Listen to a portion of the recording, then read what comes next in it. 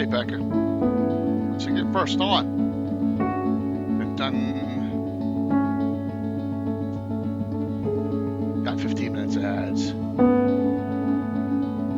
boom, boom. Just Dan and me tonight, talking about NPCs, player characters, and adventuring parties. GREYHAWK. Be a fun discussion. Here comes Anna.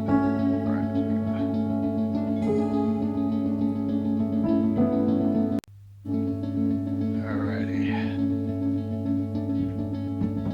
Your repurposed freighter drifts Hello. through space. I'm sorry As I'm you late. stare Ah, out you're at the not late. star-flecked void, Okay, good. another ship Yeah, comes not in. too- Wait, not too late. is this Yeah. No. sci-fi? How you I thought we how agreed you on a doing? World War II I'm campaign. getting there. Oh, Oh, good. Getting there. did we? I don't know if you hopped in That's cool. yesterday I at can all for the pivot. game, but it was good. The smell No, of I smoke didn't, but that curdles in was your Yeah, nostrils. good that Hold you up, I thought we were could prepping for able to have zombie a game. apocalypse. That's Yeah, awesome. I didn't need my son to help me either with miniature moving. I just All took right, my here's time. what we're doing. It's the year Yeah. 3700. It was Humanity's good. elite fled to other planets long So, ago, taking with them yeah. all Getting forms of back advanced into technology. things. We're definitely Earth streaming the survivors 2K. scrape by with historic It's tools working. as weird So- phenomena Okay, good. plague abandoned Awesome. nuclear Just gotta sites. set it on your Witnesses screen report seeing settings. glowing lights and the dead Yep. rising from their graves. And amidst the chaos, three strangers will meet in a dim so- bar: a veteran zombie slayer, a disgraced general out for revenge, and a space mercenary sent to investigate the power plants. Now describe your characters.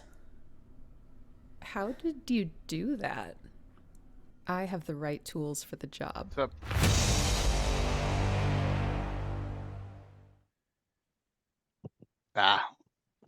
we're just talking in the background like we always do. It's our shtick. What's up, Patrick, Phoebe, and Becca? Yeah, we're in the background. Always babbling. Get things rocking and rolling here shortly. How was your weekend been, Anna? All right? Yeah.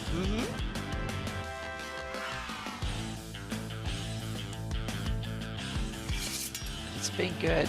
Good to hear. There we go. Yep.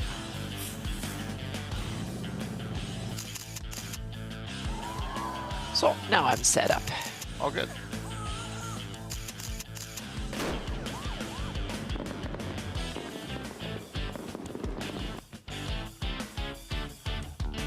Yeah, the game yesterday had a lot of barbarian, snow versus frost barbarian tension in it, which I thought was cool.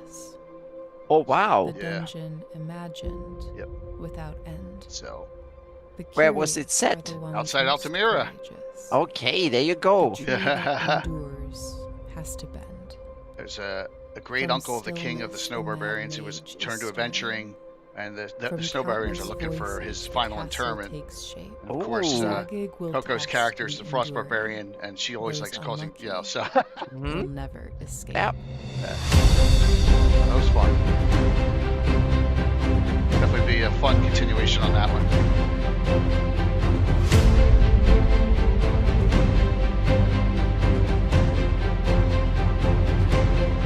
Alright, I think I'm good. Whew. I got a lot of people coming back to Gen Con tonight, I know that. Yeah.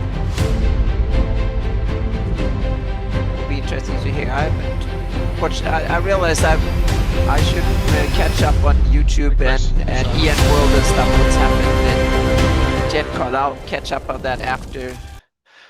Or being in next week, like tomorrow and onwards. So yeah.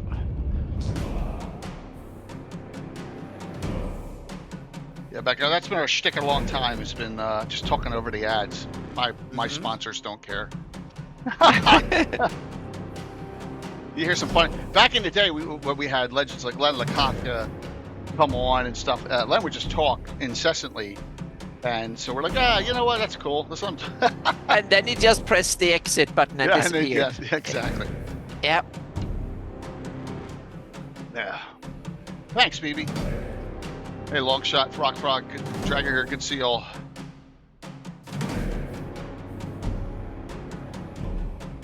Yeah, I'm good. I mean, I go to the doctor, get the bandage removed tomorrow, and then further instructions from there. So, you know, we'll see how far that goes. Don't remind me, Anna, but at the end, I'm going to show Virtual Ground Con now, but at the end, I want to go over your 4 events. Get some excitement. Okay. Yeah. Sure. Yeah. Yeah. Okay. Of course.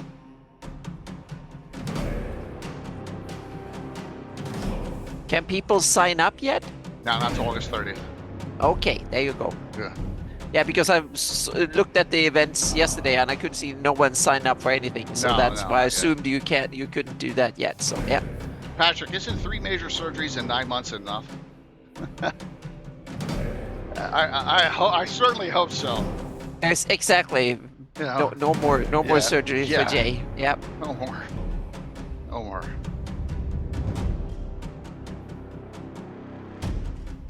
I was so happy when they called me up and said they could do this one 3 weeks earlier. Technically, it's not supposed to be done until August 14th, so, you know, and I'm already recovering. So. Yeah, you got in early. That's good. Yeah, I know. Patrick, did you ever get your shirt? I said it before I went out to surgery. What's up, Dale?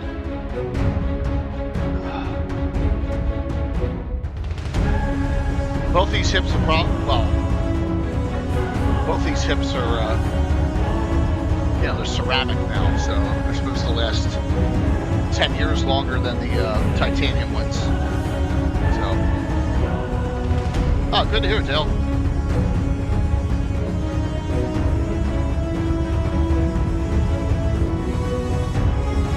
Good to hear. No, I've already heard all that already. I've already heard all the Steve Austin jokes. Yeah.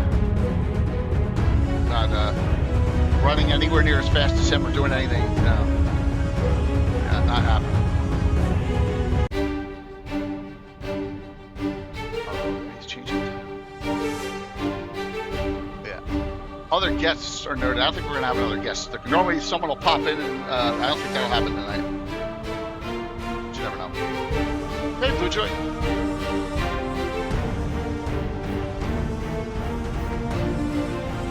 Yeah, I wouldn't want to jump 8 feet off the ground and land on those hips right now. Yeah, I don't think. No. What's up, Curtis? Hello.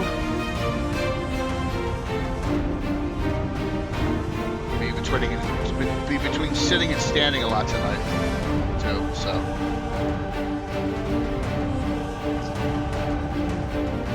Yeah, we gotta figure it out, Curtis. Yep. All right. Sounds good.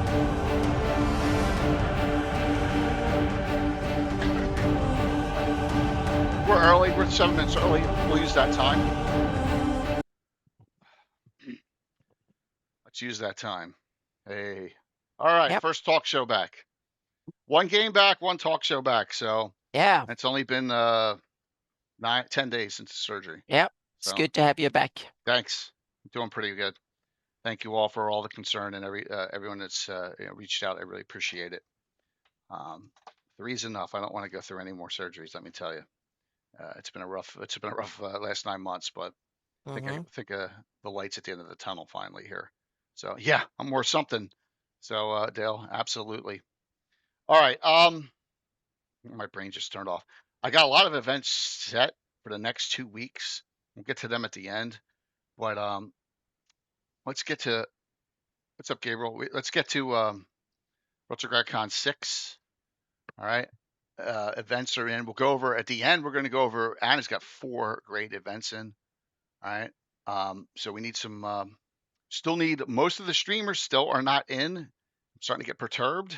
And I'm going to have to start cracking some skulls. You know, to get them in. But we need that, and we can use a couple more events to get to that 50. But we're close. We're going to be close. So a lot of great stuff, and you know, $5 fee just to cover the costs. So yeah, it'll be a good time. We got some first time DMs. You'll have Neve, who's a regular at GaryCon now, is DMing, which is really awesome to see. And we got a couple. It looks like Order of the Owl. Mark Jerenick's going to be. Got like a spot on there. It's driving me crazy. Mark Jerenick's going to be participating as well with a couple of his DMs. So those events will be in shortly too. Thanks, Willie. Thank you. So we'll talk about that a little more later. tonight. So after this week, next to Gabbin's, well, Visions on Wednesday, Anna, is we're gonna have a vision. The new Visions magazine will be out Yeah, for I Wednesday. saw So that now. That's yeah, good. so it looks like Yep. we'll do that. Next Sunday's Gabbin is going to be at Greenwood, and the Sunday Gabbin after that, Oh, yeah, Sunday after that, we're going to have a Women of D and mhm. D DM group. 3 good shows then. Yep. Yeah, we got a lot of great stuff coming up. So yeah, I've been talking to Mark a bit there, Curtis. So we have how do I say this nicely and as a joke? We both have something in common, Mark Jeranek and I do, and that is there's our sometimes disdain for Josh. I'm just kidding.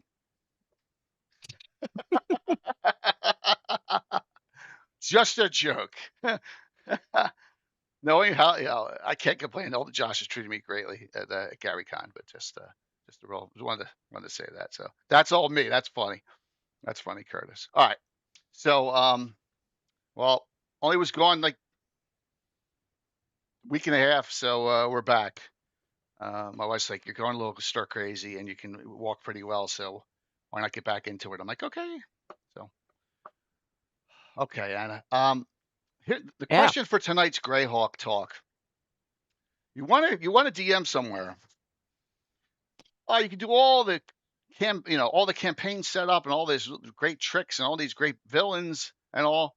If you don't have the right players, the right characters, or the right NPCs, it doesn't matter. So we're going to try and talk about characters themselves and the adventuring groups that get built around them, because I think a lot of times, if you're running a long-term campaign, I think that's the failure point.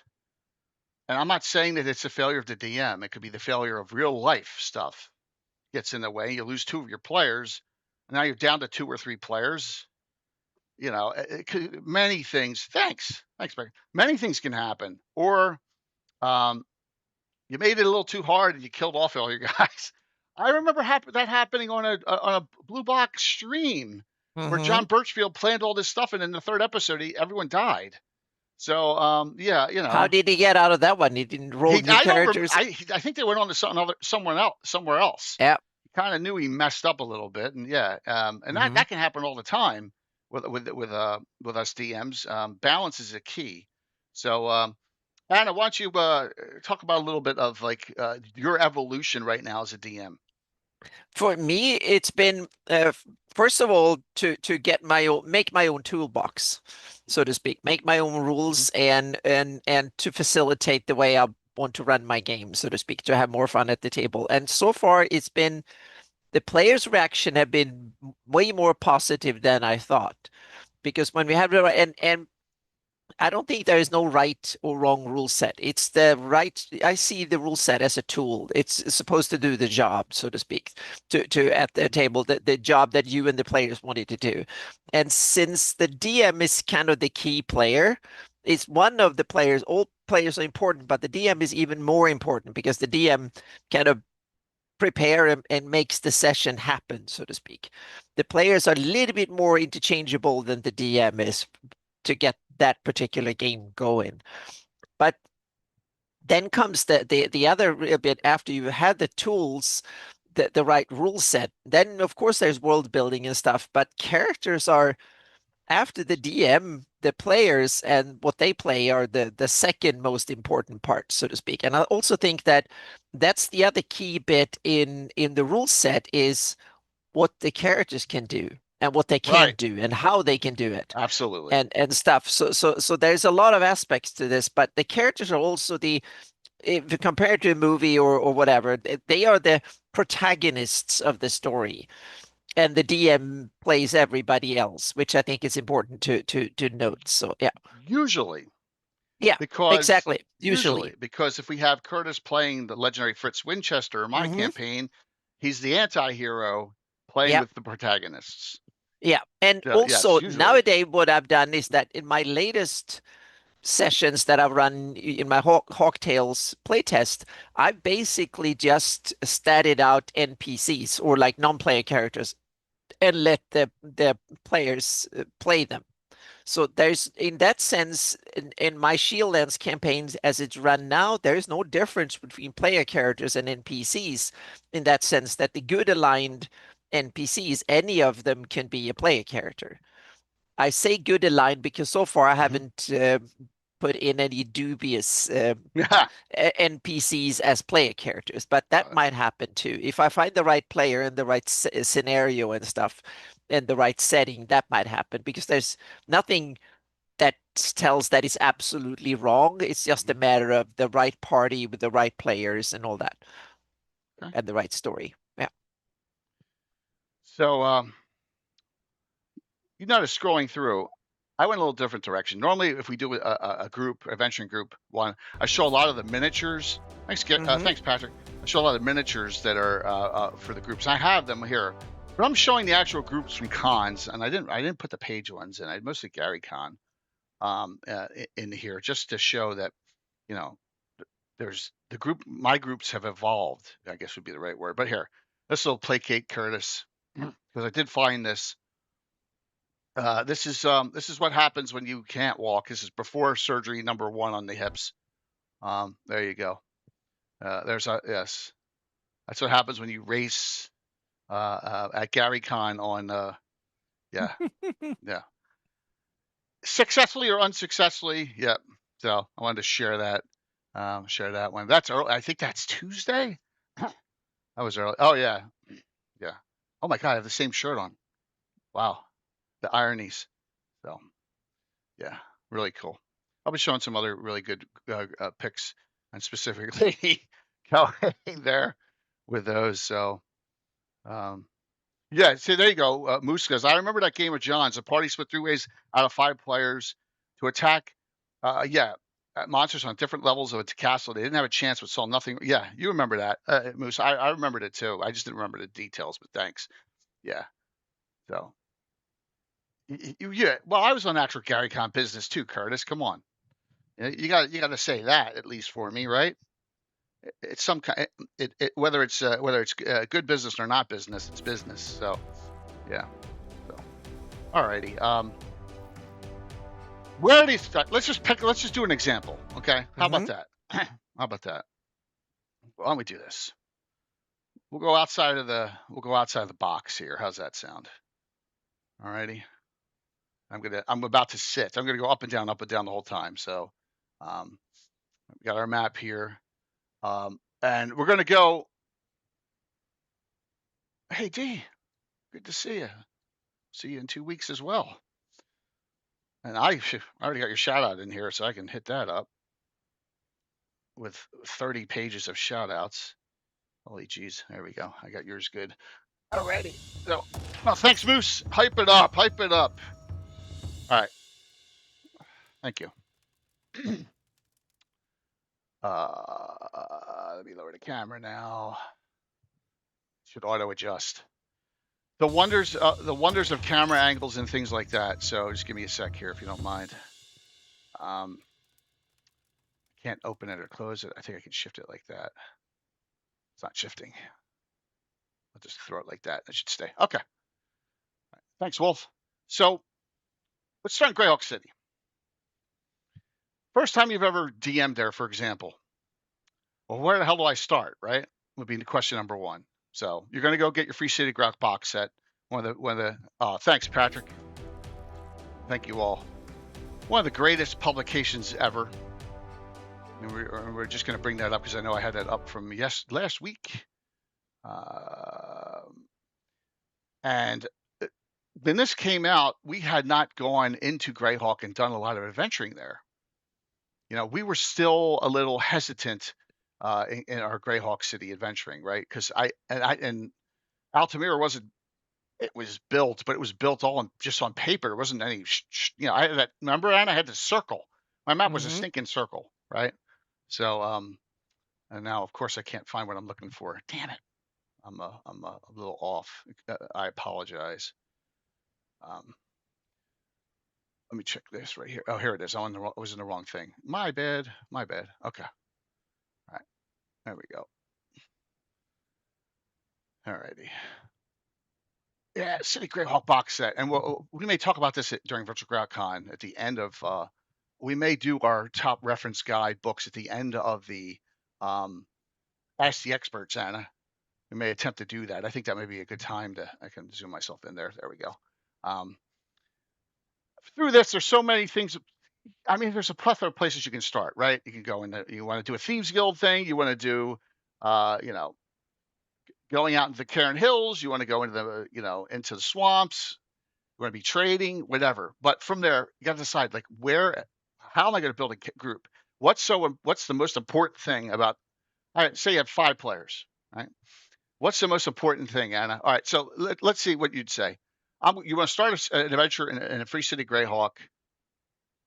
I think the first key bit for me will be when I plan a new campaign will be after choosing the location, it will be or almost as important as choosing the location is to choose what starting level. Do I start them at 0 level, meaning are they just people live in their backyard and have nothing? Right. Or are we talking a low level, or are we talking them mid level or whatever? Or And do there's I rules want a for high that level too. game? There's Yeah. rules in GREYHAWK for it too. I know you have your own, but yeah. Yeah. So it's what level to start with? Meaning, are we saying campaign from scraps or from riches? So to Just speak? say them first. Well, Yeah. that's Then it will be the location. I will location and backstory of the game, meaning who are these Gary. people and what's happening, and I want to have like a starting situation, something drastic that happens that we can kind of let go of and have a little bit of a build up. So then I usually make the backstories of the characters. I don't let the players do that. Okay. And I usually keep them depending on for a backstory that for first level characters or 0 level characters that there basically is no backstory. I would say that you're like teenagers who live in this village, period, so to speak. That's it. That's all the backstory they need because they don't have a backstory. The higher level they are, like for the characters I've ran at various conventions now that are 7th, 8th, 9th level, there's like a 2-page backstory for each of them because they have a extensive backstory, so to speak. So the backstories for me more than the players, because the players can basically ignore it if they want to. That it's not something I've forced them to do, so to speak. It's more like a way to a handhold to start playing, so they can kind of they can look at it and that's it, so to speak. All right. So Les told me otherwise. Sorry, Gary. All right. So we got to find a topic still for this week. Okay, then we All have right, the we get there, that's next fine. week No problem, sold, Gary. but we have to fix I'm this glad I week. mentioned that. Yeah, that's good. Yeah. Yep. So for me, with my base group of players, we've been through this many times, and Yeah. so I'm going to say to them, I'm going to say first off, here's what I want to get out of this. This is the general gist. This is kind of the way we did our session 0, not my special groups, which a lot of you are part of, but my normal core group of players I've been playing with for 45 years. This is what we're going to get out of it. This group here, I have this in mind. I have a lot of exploration, a lot of GREYHAWK, exploring the Cairn Hills, finding out what evil is buried in the depths, all that kind of stuff. And it worked out real well when we did that in the late 90s. Yep. It's all good, Gary. It was a misunderstanding. If we do everything from Wednesday, it's fine. I didn't even do a banner up yet, so we're all good. And with that, I'm like, okay, here's what I want. Here's what I'm looking for from you guys. Yeah, but Jay, I think you took up an important point when you said that with my players that I played with for decades. Understood. And there's like different problems and assets, so to speak. To have players you played with for a long time that you know well is an asset, but it can also be a challenge because you've done this 50 times or 500 times over. Yeah. When you have new players, the challenge is you don't know these people, so you have to be more open. But on the other hand, whatever you do will be a novelty to them. So it's both to have players that you played a lot with is both a huge asset because you don't start from scratch. You can basically just come up with a cool scenario and you can run with it. If you have a bunch of strangers you meet at a convention, it's a little bit, then you have to have something Well, you have to tangible for you have them to have to hold on to. pre-gens. Yeah, Exactly, yeah, hold on to. So yeah. the Lesson type learned of there. game you want to run is very important in this case. Is it a home game with a for an established group that you know well? Then you can just wing it. You have a grab a pizza and beer the evening before. You talk about a little bit or a week before, and that's all you Okay. need, and you can spin from there. All right. So let me flip that a little bit. So then I'll go with Mhm. I'm going to run one of my special groups, and we're going to do a new one. We're going to Yeah. start in Greyhawk Hmm. City. Yep. Okay. Where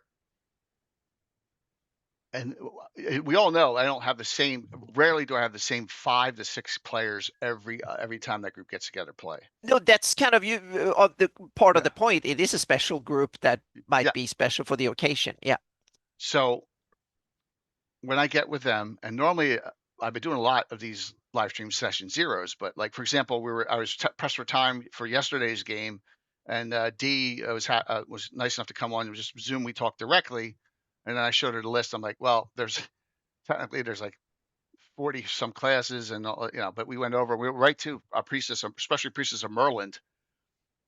It worked real well. So Yeah. got lucky there, but with I guess number one, you got to ask the right questions to the players. Got to get a feel for what they like, what they don't like. And Hmm. with me, I just want to make sure I don't. Yeah, lots of class. Yeah, counting all the subclasses, there's like 140. It's insane. It's nuts. I have a screw loose. So yeah, but that's okay. It's part of the charm of every DM. Every DM kind of has a little bit up here, a little nuttiness, right, Anna? We all do. Well, you have to if you want to keep doing this for decades Yeah, and so absolutely. much that we then something you do too much makes you a little bit crazy Yeah. even. Hey, Sam. Yeah. So I balance. I'm less worried about group balance than I was before. I'm a little less worried about it, but um, that doesn't mean that I don't like to have the check boxes on on at least having one rogue type, at least having one mage type. But I have so many variations on it. At least having one semi healer. Could be a multi-class or whatever. I Hmm. try and but I want the players to enjoy the characters they're playing. So when it comes to the characters, that let them develop whatever they want. Because Yeah. here's my little twist. How can I affect the adventuring party directly? And I do it a lot. What do I do? Well, you do everything from when after they created the characters is Afterwards. basically in your hands. Yeah, it is. It is. But what do I do one other thing, which allows me to yes, that I put an NPC in the group Ah. directly. Hmm. Correct. I I've DM an done that NPC. a few times. I try to stay away from Yeah, that more and more because I want to not play that side, right. so to speak. But it usually comes when I want to boost Mhm. the group for a big battle or something. I throw in some that I run. So yeah, but it's hard to. It's a habit I used to have all the time Oh, because I Patrick, wanted to thank you. play. Now I'm trying to stay away from it as much as possible. But it's yeah. So if I have Ed Greenwood's group and I'm at a Gary Con and I have 8 players, I am not running an NPC.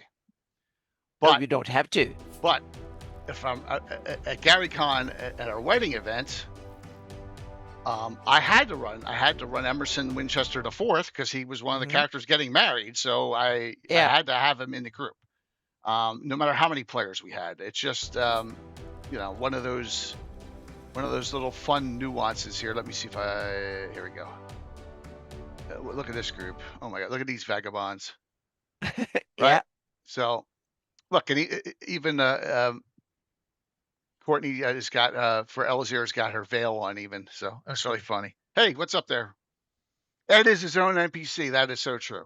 That is Hmm. so true. So we had a fun time with this group at GaryCon, but other groups I'll throw an NPC in there. Especially, I've been playing a lot of the healers. It's okay. It's okay. With my guys, I'm not going to do it. I'm not going to. I'm not going to fill the void. Sometimes Well, maybe. Yeah. yeah. An alternative to that is to let players run several characters. True, but in my special group games, it's not an option because I don't know who's, if they each have 2 or 3, they each have Yeah. 2, it'd be all over Well, the yeah, place. Yeah. and it's Yeah. also hard. It works with a couple of Hey, players, Melvin. but it becomes more of a technical thing than because otherwise it will be schizophrenic. Most player, it will be, yeah. So my experience is that it works on a technical level, but it lacks because it's the number of personalities in the game, Right. meaning real people in the game that adds to it. So to add a player is much better than to add another character because if you just add a character, you get more oomph and more mechanic power, so to speak. But you don't get more fun at the table. That comes from adding another player that adds more dynamics to the game, so to speak. It Especially if it's a game where you physically play around the table, because then bandwidth is much higher than when you play online. So you can have more.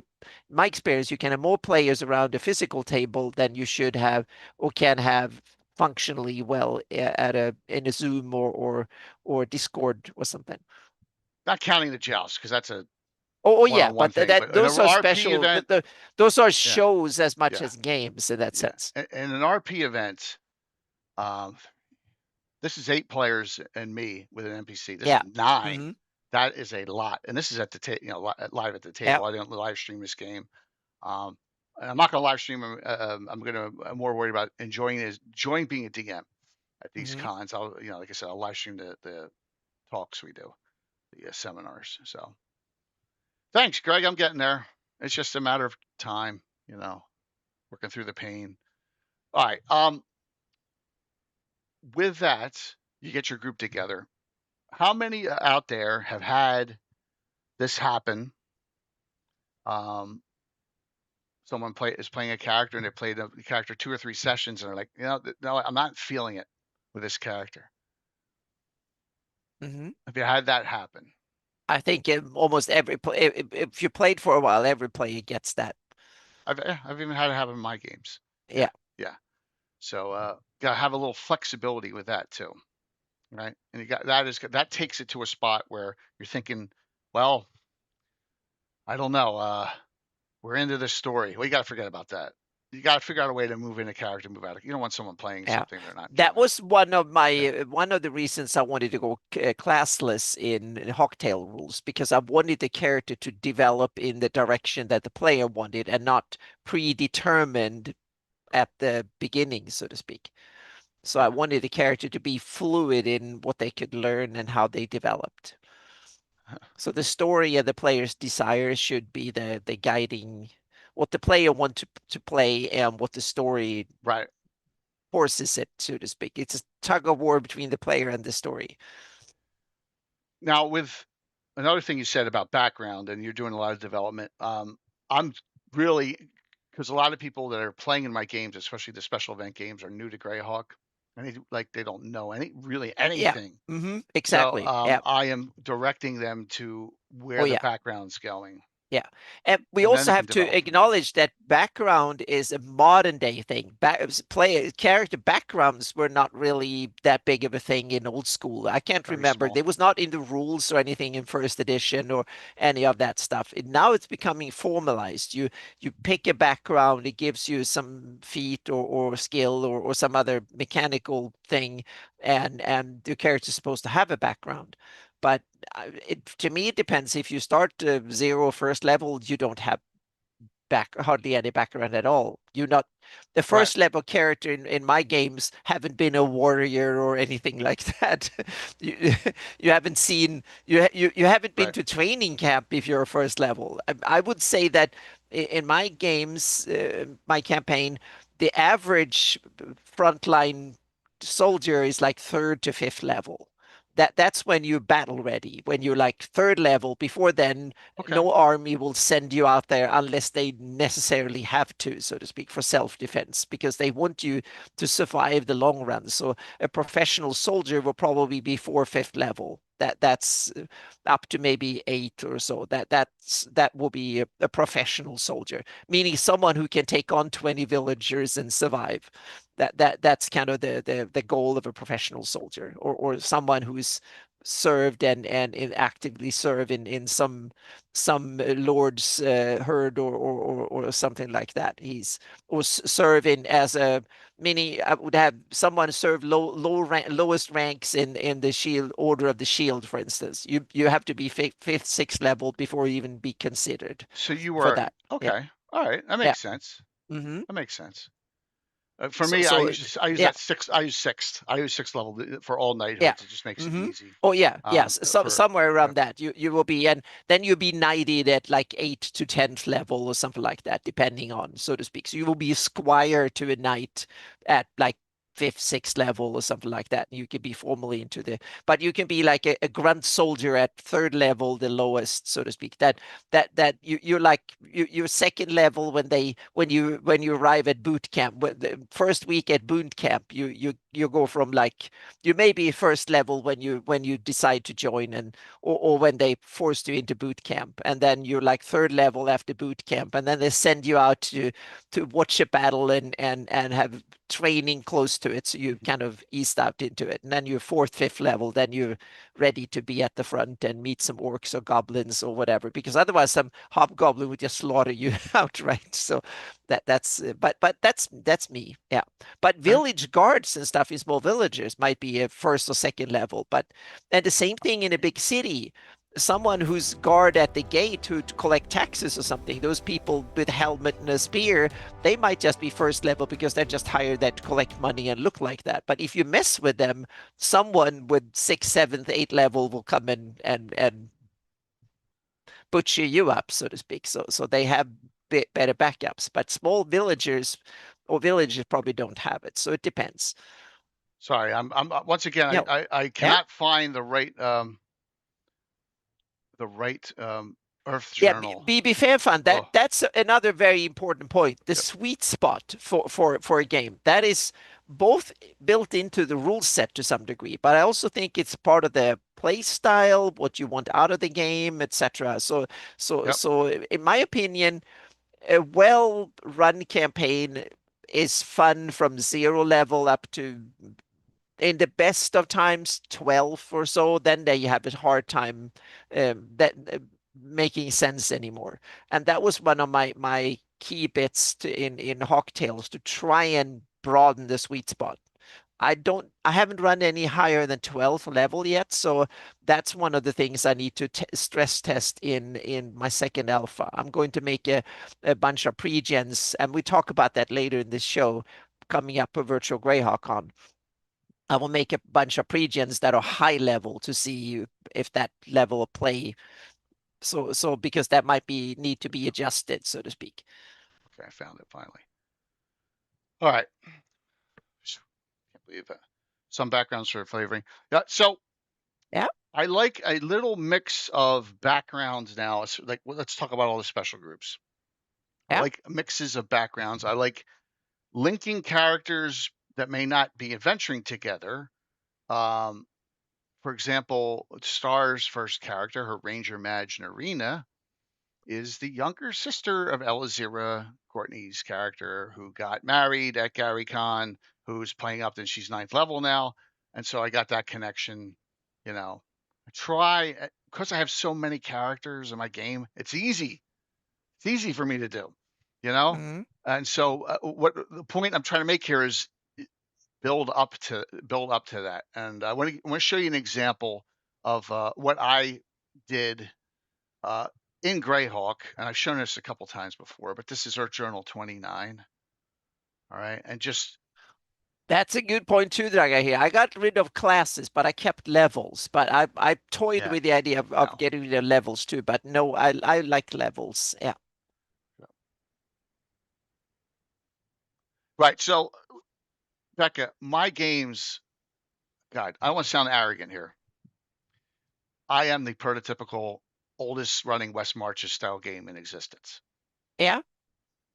It is. I've been doing it for 45 years. Yeah, you definitely run your version It's of West West Marches, Marches. which Yeah. whatever Mm-hmm. that West Marches means. Yeah. My guys, my old guys have been playing with me since we were children. Have had 2 to 3 characters in each adventuring group, and they've been shuffling them in and out, right? In each adventuring Yeah. group, and there's 20 adventuring groups that they have. So no, it's I just want to just put a little background on there. I Yeah. love the West Marches style because I think, especially if you're streaming or if you're somewhere, it works for cons too, and someone doesn't show up at your table. Yeah. The show Mm-hmm. has to go on as a DM. Yeah. If you have like, say you have 4 5 people that are coming to your house at night, one's sick, one got stuck in work, No, you still you. have 3 people coming, you still got to run the Mm-hmm. game. Yeah. You can't cancel that last. You got to run Yeah. the game. And And I've that's, taken a lot yeah. of inspiration both from reading about the older West Marches and run a little Yeah. bit back and your games, so to speak. So No, you're especially not. my convention games are my version of West Marches, but instead of the player carriers being special, they're just a bunch of NPCs. They're critters that would do people and various creatures in the world that would do stuff in the world no matter what. And then I'll simply say, okay, these 8 characters are the pre-gens. These are would otherwise be NPCs. Let them be played, and then the players come in and they pick which one they want to play, and those creatures people will be the one that will go on the mission, and the other ones will not go on the mission this time, so to speak. Yep. And then I play it. We play the mission, and I Yep. record it into the stories, and then I continue basically where we took off. And then I'll simply say, well, now we see if we can take it in this direction for the next convention game.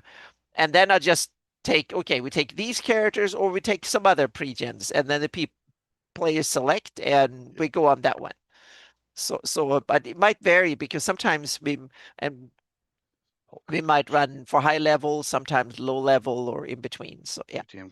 But I love the fact that now I can keep the campaign going, but I can have different players coming and going, and that gives a lot of freedom, and I don't need to kind of get stuck with the same story for 10 years, which is awesome for depth.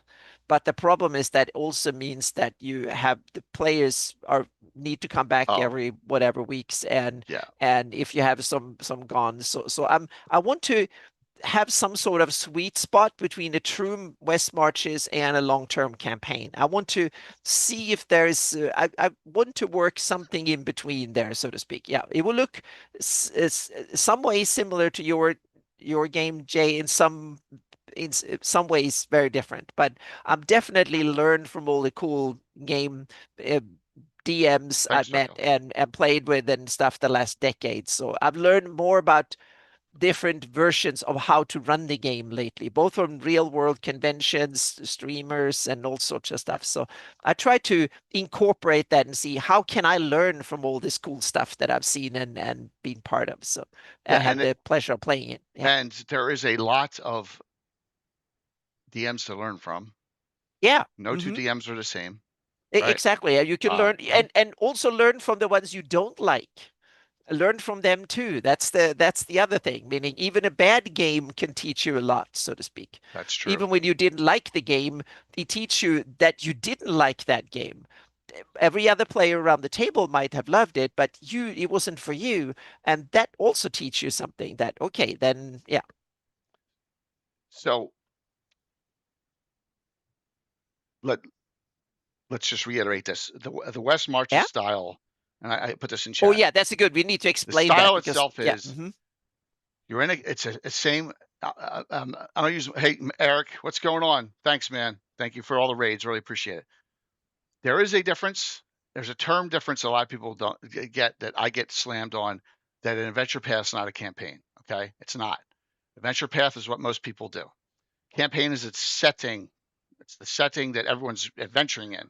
Right? Yeah, it's a setting and an ongoing overall arcing story, meaning that the setting moves forward in time as you play, so to speak. Right. Yeah. So, and then you're running an adventure path, and Rob does this on Friday nights during his Friday Night Crusades, and I do it almost every week with my guys. and that is there's a pool of characters of depending on what players show up, those characters are options. It's like a bad TV show. Yeah. Wow, how did that guy change? Oh, it's a new actor. You know what I mean? It's going to happen. It's going to happen, and that's kind of what West March's style is. But my West March's style with my special groups is that there's so many variables involved. I mean, I'm trying to get Ed Greenwood, Tony Winslow Brill, Eric Mengi, and all, and Darling Bones, all of them together. And odds are I'm not going to get them all together in the game. But missing one or two of them, it's okay. We still run the game. We bring them some other special guests. So mine's more of a how do I say that? Special guest West Marches style or Hollywood-esque West Marches style, where it's based around the availability of people, because I do not want to cancel a session, because everyone knows how tough it is to get, hey, Courtney, get times to actually get to play, and people are looking forward to it. And yeah, it's not an open table, Pat. It's definitely not an open table. But that's a possibility. If you want to, you can run something. You can take ideas from this and run an open West March at your local game store, like once a month or once a week. I know some people who do that. Yeah. That's a great point. That's a great point. So you can definitely run an open table West Marches style at a game store or online or something. You simply say, well, twice a month or something. Yeah. Here's something to not fret with if you're a DM just starting out. Anna comes at it from decades of experience. I come at it from 45 years. A lot of the people viewing tonight are all been playing for 20 plus years, maybe some of them 30 plus, some 40, right? And we've all had our experiences. There's a lot of new people watching as well. The variation gets easier, and Courtney Coco Bunny, who's on right now, will tell you that as you get more players in a campaign setting. So she's got like 6 characters now, and we have a little more flexibility with the direction we go based on who's available. So that helps build the group a lot easier. When someone has 1 character or 2 characters, it's a little more difficult, because then it's level limited. So, yep. Wu-Tang, you know it, man. You know it. So yeah. And BB FanFun, you touched on something important there, meaning either you have them story bound or railroady or sandboxy, and that's another thing. You can run West Marches either railroady or very sandboxy or somewhere in between, so to speak. And that's I'm running very sandboxy, hyper sandboxy West Marches nowadays, but you can definitely run more like this is the story, and then you see what players show up and they pick the characters, they go and play that story, and then you come back again. That's one way of playing it. Yeah. Or you can simply say, this is the situation.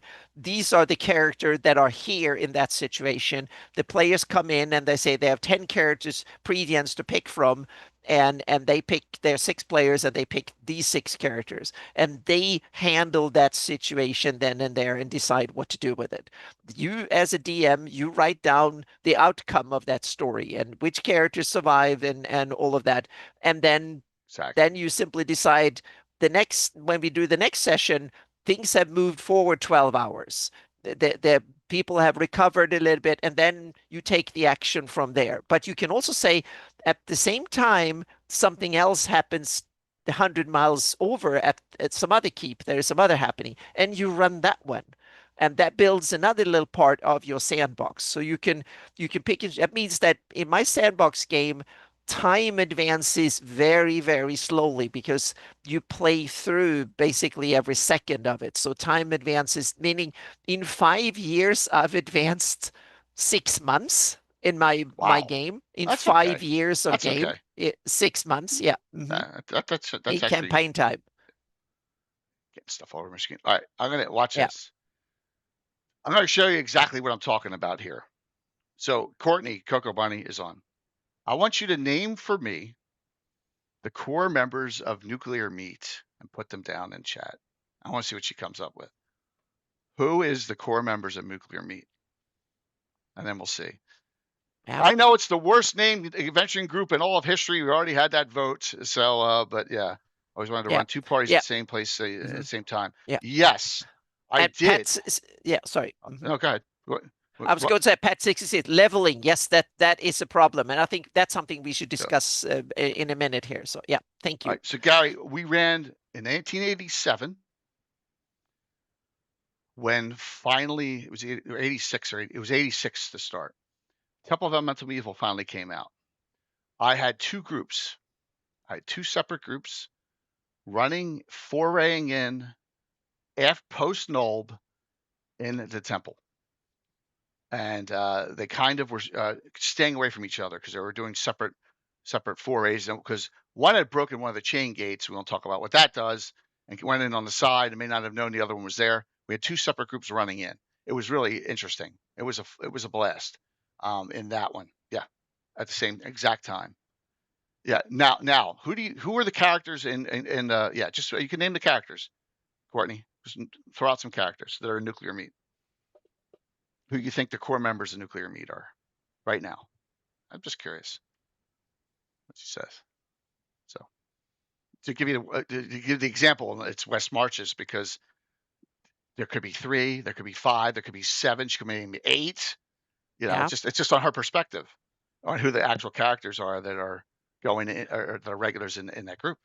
Just wanted to see what a regular player to that group says. Mm-hmm. Yep. So, okay. Talk about your level. Talk about levels. Yeah, leveling. Yeah, that is for me it is a problem when you run an intense campaign in the sense that you cover it in extreme detail. A battle might last 2 hours in game time, but that takes 6 sessions to play. So you basically played for 4 months and you played 5 minutes or half an hour in game time. And you earn, so that means that the characters will earn a lot of XP or level up. That works well, in my opinion, for low level games. If you start with 0 level, to bring them up to third, fourth level, no, don't worry about it. As soon as they accumulate, you can pile on levels quickly. You can simply say the villagers got their first baptism of fire and they faced danger. They nearly died. 2 days later, they are battle hardened, at least beginner, meaning they went through boot camp in a weekend, so to speak. So the first 3 levels, I never worry about it. After that, I need to, as a DM, you need to start thinking, okay, we played for 2 days in game time. They are not 6 level yet. So therefore, I'm for long-term campaign that I play with characters, I use milestone leveling. I simply decide that now it's time in the story that they level up. I don't use XP based leveling. And in Hawk Tales, I provide both options. There's even like 2 options for XPs. You can pick and choose which one you want, or you can choose milestones. And that also tells a bit on how you handle what the characters learn and stuff like that. So that's something you need to decide. But you can technically switch from one or the other. But I think it's much more fair to the players and easier for a player to plan if they know roughly how this works, so to speak. And I think both milestone and have XP for what they do has its merits in itself. They have pros and cons, either version of, so to speak. And also then when you award XP, then comes the big question, what do we award XPs for? Meaning we have the old classic ones. You need to fight monsters, kill things, and collect treasure. That was how you get it. I abandoned that over 20 years ago. Same here. And yeah, so I don't issue for that. I simply, how much danger do you face? Do you sit home at your local inn and roll your thumbs? You will earn like an XP a week. I made a calculation saying that it was like 2 XP per week, You're meaning generous. you could become, yeah, you could be like 4th level when you're 60 if That's you do awesome. that, so to speak. Yeah, so you sit there and hear all the tales and you'll learn something, but no. So that is it, so to speak. So, but if you go to the abyss, you'll earn like 100 XP a day doing nothing just by surviving in really tough environment. That's the basis of XP. And then whatever you face and stuff. If you survive, and then you learn. And also in Hawk Tales, I also put in when you roll a 1, when you fumble, you get 50 XP. So you earn extra XP on failing. So you get inspiration from succeeding, but you earn XP from failing. So you learn stuff. So if you fail a lot, you will level up faster. The problem is that works well for when you roll XP. The problem is that it doesn't work for milestones. So, but what I want to do if you run with milestones, you can get them to have an easier learning role, or you can simply say, well, you can learn a few things extra because in Hawktails you have an XP budget. That means that you can learn stuff using XP. And milestone would just give you a block of like 500 XP. And you can say you earn a few more XP. So your character, the more you fail, the more your character will learn from it. And I think that's funny. fair. Yeah. All right. So my system. Yep. It's not milestone, but someone could say you're that's just a cop out on your part, and it is. Yeah, but you have an XP system, but I'm curious I do. how I use you the 22E award them. tables. Yeah. I got Courtney's character right here who played yesterday and leveled up to 6th level barbarian. And you guys all know how shitty the barbarian table is, right? 80,000 experience points to go up to 6, and now her next goal at 7th is 150. It's insane, right? So 8,000 experience points roughly on that adventure. Yeah. So that's so how do you set up how many XP you award? So I what give are it the based criteria? on the difficulty of the adventure I run. Mm-hmm. And I have a system in my head. So like it's between 6,000 and 8,000 for me and 1E2E play with the groups. The most I've given out recently was when I did that super high level one that we ran 5 sessions before I went out on that Halls of Littlest Shabbath. I gave him 50,000 experience points. We're talking about characters who are 13, 14, 15, 16. So I think one character leveled up because no one else was close. But yeah, so it's not a milestone. It's based on, and the tables are all different, and there's penalties for specialty priests and other classes. So, but notice how this is the current levels of all the characters that played yesterday: 6th level barbarian, 6th level undead hunter, 6th level ranger mage, 6/6, 6/6 druid thief, 6th level duelist, 6th level specialty priest of Merlin. Isn't that amazing? They're all 6th. Yep. They're all 6th. And now when you list them like that, that comes another interesting point. How do you do? What do you do with characters who are not the same level? Meaning, let's say a player's character dies and you want to have a replacement. How do you drum up another 6th level character and insert them in, or how would that work? So as a new player, like Dee just played for the first time yesterday. Yeah. Okay. Yeah. And her character, what I do is I do a smidgen of XP under, a little bit under what the group is, and because she's a priest at Clark, and Clark table's quick, she's already at only 2,000 off of 6 from 5th. Yeah, and you also have another advantage with old school tables. And now I'm going to praise old school because there is more room between each level the higher up you go. So that means that someone who's lower level will catch up after a couple of levels with the other one. Yeah, so that is in Hawktails, I wanted to have that system. So and I still trying to figure out a way to have it, but then I have to set. But I also wanted the reason I didn't go with that, and Hawktails have the same 500 XP per level period, so to speak. And the reason I didn't go with a higher level is that I want a character should be able to learn the same thing regardless of meaning if I have it if I play someone who can't cast spells or can't sneak around. Let's say can't sneak around, but now I'm 10th level and I want to be able to start sneaking around better. That means that it should be as hard for that 10th level to learn to sneak as it would be for a 1st level to do it, so to speak, in that sense. But on the other hand, I might have to rethink that one. I'm not sure. I'm still in second alpha. You're still playtesting, you're still playtesting. Exactly, I'm still playtesting, but that was my rationale. But I still would love to have a system that lower level characters will somehow catch up with higher level ones, so to speak. Yeah. So I don't worry about it that much. I get the feel for where the rest of the group is, and I bring in a character in that's commensurate with the group that's adventuring.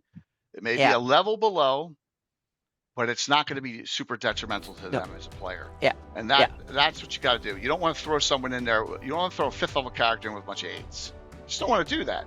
But you could throw in a 7/6. Or a couple of levels Druid below is thief, usually okay. yeah, or a multi-class fighter mage. Yeah. It could be 5/6. You could do that, you Yeah. know, Yeah. with multiple abilities. It just, but Yeah. that's once But again, it depends on the edition. yeah. Yeah. But this is usually a problem with long-term campaigns, not for convention plays or anything like that. Right. Because if someone's character dies, that's a problem during the session. So you have to have some sort of backup plan or whatever. But then after that, then for the next mission, you get new characters and problem solved. But for long term, when you play one set of characters and you have a long arc then of stuff that happens over, like meaning I've run campaign for a decade. When players lost the character permanently there, it became a huge issue. So we had to, and I patched it up by some. A lot of them we have hangarounds. So they can kind of, oh, we know that person in the village. We play that one next time, and so on. So we had, and I even introduced a few hangarounds in my latest Shieldlands campaign that were lower level that they could nurture into the group. So they had them as backup characters and fully aware of it. That were just regular NPCs that were laying around, so to speak. So you can. It depends on the story. If they're out in the abyss somewhere, that might be really hard. But if they go around the countryside looking for things or do a murder mystery or something, then it's fairly easy. And it also depends if you have a very warlike campaign, levels become really important. But in a murder mystery, much less so to speak. So it depends on what type of game you're running. Right Absolutely. now, it's a very militaristic. It's out in the battlefield battling IUCNs and stuff. So if you're 2-3 levels below, you're going to hurt. Your character's in trouble. So yeah. All right. Note this, and this is for all those new to GREYHAWK. You want a place where you can interact with a lot of reasonably made up NPCs, the settings for you. Okay? Because they're all over the place. Now, I'm going to show an example. I showed this before. We're back in GREYHAWK City, and this is Earth Journal, which you can get. Someone wants to link to Earth Journal, download links for me. That'd be great to download all the recent ones. This is July 2019, issue 29. My article in here is called "The Free Swords of GREYHAWK City." Okay, page 27. So this goes back 6 years. Oh, look at that! They're scored. So a good hopefully the journals will start coming out again. But hey, it's okay. I got my in here. All right. So some of you will know some of these names. So this discussion is on a whole bunch in From the Ashes box set. Beyond, there's one or two in the Free Secret box set, but when Carl Sargent's From the Ashes box set shows up, there's a whole bunch more of these adventuring parties already made up for you. Kind of not a lot of detail, but they're there. Like Corellon's Arrow is one of my favorite, which I've detailed way up. Also, the Fellowship of the Torch, but that's in the original box set. So from this, all these adventuring groups, the ones that aren't numbered, are mine. Are mine with adventuring groups, adventuring parties. Created a group of characters, and now these characters are working with published source groups that were made in GREYHAWK in the Free City GREYHAWK box set. But remember, Doug Niles does not remember even writing it. We already know that, so that's a little strange. Yep. And then Carl Sargent in the second one. So Iron Brigade, the Legion, Cratch's Liberators is an all NPC one. Vengeful Justice PC, Great Company PC, Iron Fury PC. They're all PC groups. The Gnarlymans turned into a pre-PC group when it was an NPC group. But from this, and we just talk about a little of them, each of these the characters. We highlight some to note that you're going to take what you do, what you build as a DM. Don't feel ashamed to interact with all these other written down adventuring groups and all these characters and NPCs, because everyone loves, right? Everyone loves Valdorasa Sharn, right? And the Shieldlands. Les and I have this talk all the time, and the thing we're working on with Luke. She's around in 570. And I'm like, well, I'm glad we don't have to write anything post that because she's alive in mine. I know you kill her. Les, and he's like, yeah, I know. Or Nastasiri Ariane Nightstar, the head of the Fellowship of the Torch, right? So they're great characters to interact with that are made up for you based on your level. They're all over. There's even multiple staged leveled characters in there. And always there's people in the community that can help you find what you're looking for. If you need, I really want to find this thief to use as a contact in GREYHAWK City. Oh, well, how about Krista, the street urchin? There you go. I believe Rick mentioned that many of the FFA groups were from Sergeant's Game. So Dennis, Dennis Malden was on a couple weeks ago, and Dennis and I were talking a lot of great things. It's a great talk. But Dennis Malden had Rick Rose on, who was the writer of one of the two books. The other book is titled Doug Niles, but it could be, right, Anna? We're thinking Sergeant did it, and he gave credit to Rick for some reason. That might have been. Here Yeah. they are. 1 second. Yeah, since he had no clue about that he made it or something. Yeah. All right. So here's the original Folk Feuds and Factions book that I'm talking about. And on the inside cover, it's Carl Sargent and Rick Rose on this one. Mm-hmm. Right. All right. But on this one, it says by Doug Niles. And I had Doug on a couple months ago, and he said I don't remember writing that. Yeah.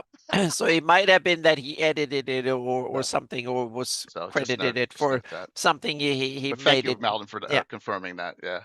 So take advice, ask questions. If you're doing a GREYHAWK one, there's you're in Hamlet, you got Byrne and Rufus and Byrne, for example. And there's a whole bunch of them. They're all over the place. You may, if you have Bandit Kingdoms, you could, go to William Henry Dvorak or Casey, and ask some questions, or find a person who played in the Living GREYHAWK era. There's a lot of opportunity to take your characters, maybe throw in an NPC of one of these characters, here and there, and have them go in and out depending on the mission. So that's funny, Moose. Well, guess what? A week from Thursday, you may find out a little more about the Tickling Feather. Mm-hmm. Yes, that'll be on the 14th. So,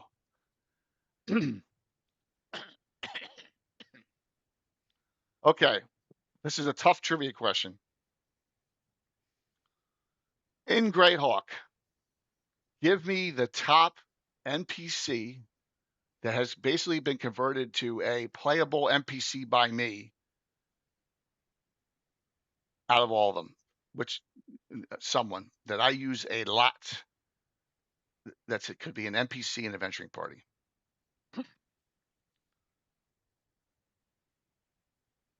Yeah, of course, man. Number 1, characters in From the Ashes box set. Fritz is my own doing there, Curtis. Fritz is not published source. Yeah.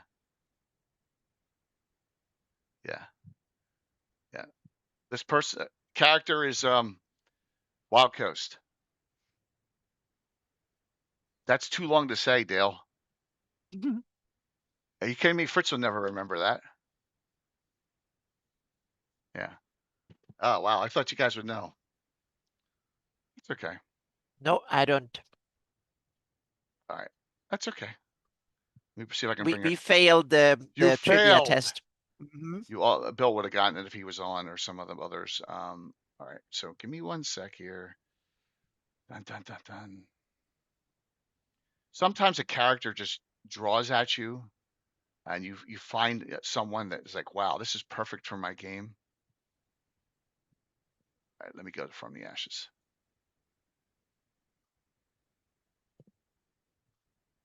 All right, this is From the Ashes' second book. We're going to go into the Wild Coast. We're almost there. Safeton, Narwhal. Some of the areas I love. Characters should be at the end of this. I like the Ken Frank sketches in here, illustrations. Oh my God, yeah, they're so GREYHAWK to me. All right. I mean, maybe it's at the very end of this. Individual NPCs. Here we go. This is a great place. This is a great place. Right here. Blade Storm. Okay. She is. Yep. What's up, Rachel? She is a great character, a multi-class ranger, specialty priestess of Tritharian. Use her a lot in adventuring groups. Kind of, it's like high up now in the actual headhunters of Narwhal, where I have 2 adventuring groups. But I just fell in love with the character. The design Mhm. of this character is brilliant. Where she has has dancing swords. She also has things that mirror image her, so it looks like she has swords dancing all over the place, and uses longsword in both hands. So yeah, really a cool one right there. Love the character. So that's one. A couple others. Let me think here. I try not to interact too much with known personages. They will talk to the group, like Jalarzi Salivarian, right, or Tensor, but they're not adventuring in the game. It's usually, but Bladestorm's an exception to that, where I've used a published source character. Really a fantastic character. So, yep. Lord of the Scarlet Tide. It's a good adventure, BB, but it goes too far. I addressed this in a stream, a return to Narwhal stream before I had adventuring parties in there about 4 to 5 years ago on stream. Yeah, where I didn't have it as a full Croatoan city underneath and all, but they were poisoning it, and that's kind of like one of the spots where Murlocs started because they were breeding them and sending them up through the wells. Yeah, but it's a good adventure, but it's just I think it's too grandiose for underneath Narwhal. So, yep. Dennis, it's good to see, man. You're busy, man. It was great. And like I said, right before the surgery, I really appreciated the talk. Okay. All right. So,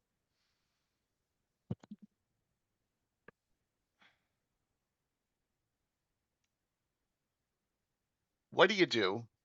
You have a group. You have a group. All right. What would you do in this case, Anna? I got a group. I'm just going to use some examples. I got a group, but I have a. This is not real life. Maybe. I have a group. I'm going to be running a week from Thursday, and I have a conflict with someone else, which is okay. Life happens. But I got some high level characters in. And I know one or two of those other high level characters is going to be missed. But I have a pool of characters that I can utilize and ask to play in the game that fit that are even in other adventuring groups because they've already crossed over before. So, what are your thoughts on crossing over existing adventuring groups and having them play in another adventuring group? That sounds fun. Yeah. You just have to kind of, well, depends on how they need to, for me, they need to be in the same place at the same time Oh in yeah, in the world, so to speak. But if that criteria is there, then yeah, go for it. It might require a little bit of the, and it depends on if you have fixed players who play each character that always played them or played them for quite some time, then it's easy because the player brings the memories of that character around. Otherwise, you as a DM have to kind of keep track of a little bit what the character knows and stuff like that. So, because as a DM, I want the player to always say that, what do my character know about this? So you can always like say, what do my character know about this? And then you can, as a player, you can kind of build from there. So that's the thing. You have to kind of, but yeah, I like the idea. The cross pollinates. That's yeah. And makes for better adventures. Yeah. I only started doing this about 3 years ago when Yeah. I was having it trouble because you know how hard it is. Ed's more available than some of the other people, which is insane. Oh, sure. Ed's available, but Tony Yeah. couldn't play, and Eric Boyd can't, Eric Menke can't, but Bones and Darling and all the Slav Squad can. So we were doing a lot of Slav Squad / 2 drink minimum crossovers where they're playing together in the same group. And I'm like, wow, it's getting easier now. It's getting easier and easier. So for example, so I got Curtis and Brett playing a week from Thursday on the night I was actually supposed to be getting my hip done. So my core guys already had something they planned that night somewhere. So I'm all solo. I'm not wasting a Thursday. I said, you guys continue to do what you're doing because you thought I'd be in the hospital. But so I'm just already started asking, and Bones has volunteered to play in that game with Curtis and Brett. And I'll get some of the other members that play with him on a regular basis, depending on if they have conflicts or not. But they're all characters in the same campaign setting. They've all talked to each other.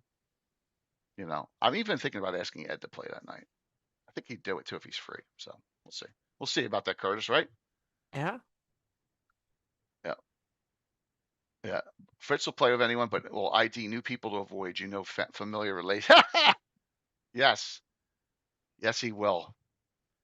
So let's show another picture of Curtis playing Fritz, the first main time ever, because this picture kills two birds with one stone.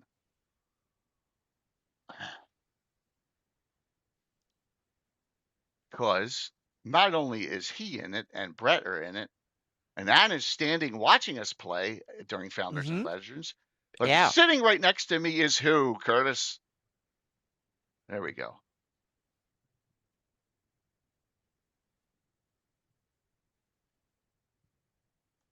Curtis is the ponytail, Brett. There's Anna, myself, and my good friend Todd Stashwick playing the game. So, yeah.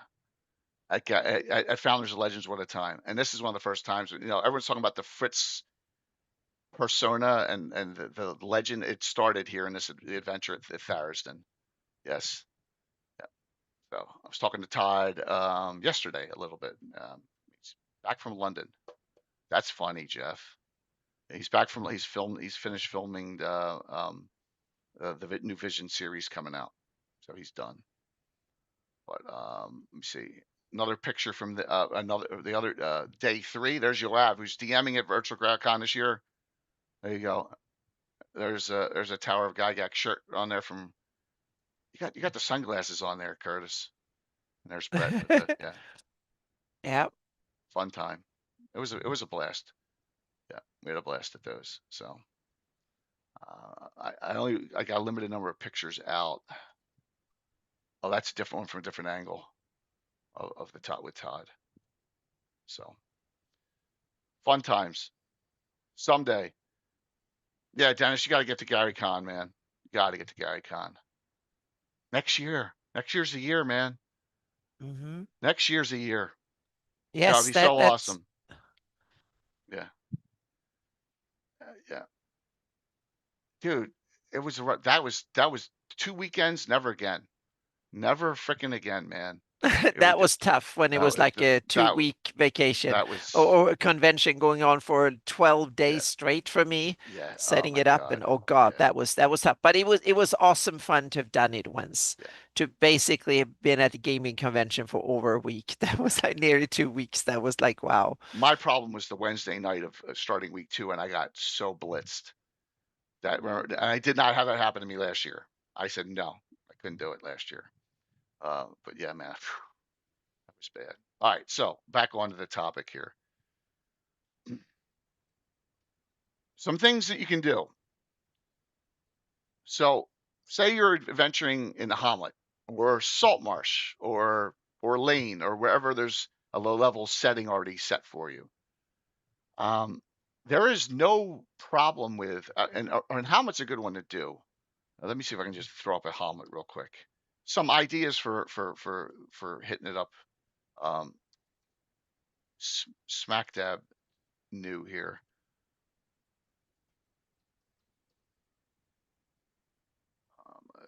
Hamlet. Okay. All right. Oh, it's a green cover, but no one cares. I like the original cover myself. Infamous is an understatement. Curtis, man. Those cinnamon toast crunches were too much. There are so many. Look, this place is so well developed and this place is so well written up that you could make up a character who's a cousin of one of the farmers here visiting, or even a son or a daughter, or, you know, you can make up inhabitants of the town if you wanted to start here in the city, you know, in the village of Hamlet. Not going to hurt, not going to hurt the setting, not going to hurt canon. I always say, don't worry about hurting canon. It's your canon. Once you take it over and once you start running, it's your game and your canon. 100%.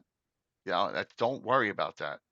And that's a good way to get background. And then from this, you just go and, all right, well, oh, I still had that picture up, but let me go here. I'm going here, and then I'm going, here's the Cron Hills. There's Hamlet, right? Here's the gnarly forest, Sylvan Knolls. Cron Hills, humans, halflings, gnomes, southern Furundi, humans, gray elves from Selene. Wild Coast is right here. I mean, you got your whole, you could fill out your background really easily with characters here. Thank you, Tux. I'm getting there. I'm standing and sitting a lot though, because it's, you know, I can't stay in one spot too much. It's just off the walker here. I get the Mitchin now. I get this bandage off finally. So I'll have a lightning bolt on both hips now. That'll be great. But this one will take a while to heal. So, all right. Do we have any questions on characters, melding characters into an adventuring group? Thoughts? Thinking a lot of people think, oh, it's can't be that difficult. Oh, yeah. Female diamond badge holders. There could be some. There's a fair number. I know. Oh my God, my brain shut off. Oh my gosh, the creator of Shadow Dark, Anna, creator of Shadow Dark. Oh, oh, yeah. I met her twice, so I should know. I know, I know. This is embarrassing. Yeah, this is terrible. Yeah. Yeah. She's either a platinum or a diamond. Kelsey Dion, thank you. Kelsey, yep. Yeah, Kelsey she's awesome. Kept her badge. Yeah, she's awesome. Yep. She kept it. So I know she's a platinum or a diamond, one of the two. So yeah. Yeah, she's awesome. Yep. All right. We're doing the standard D&D reprint giveaways, by the way, and you can just you already have this. If you already have this in hardback, figure out something else. Okay.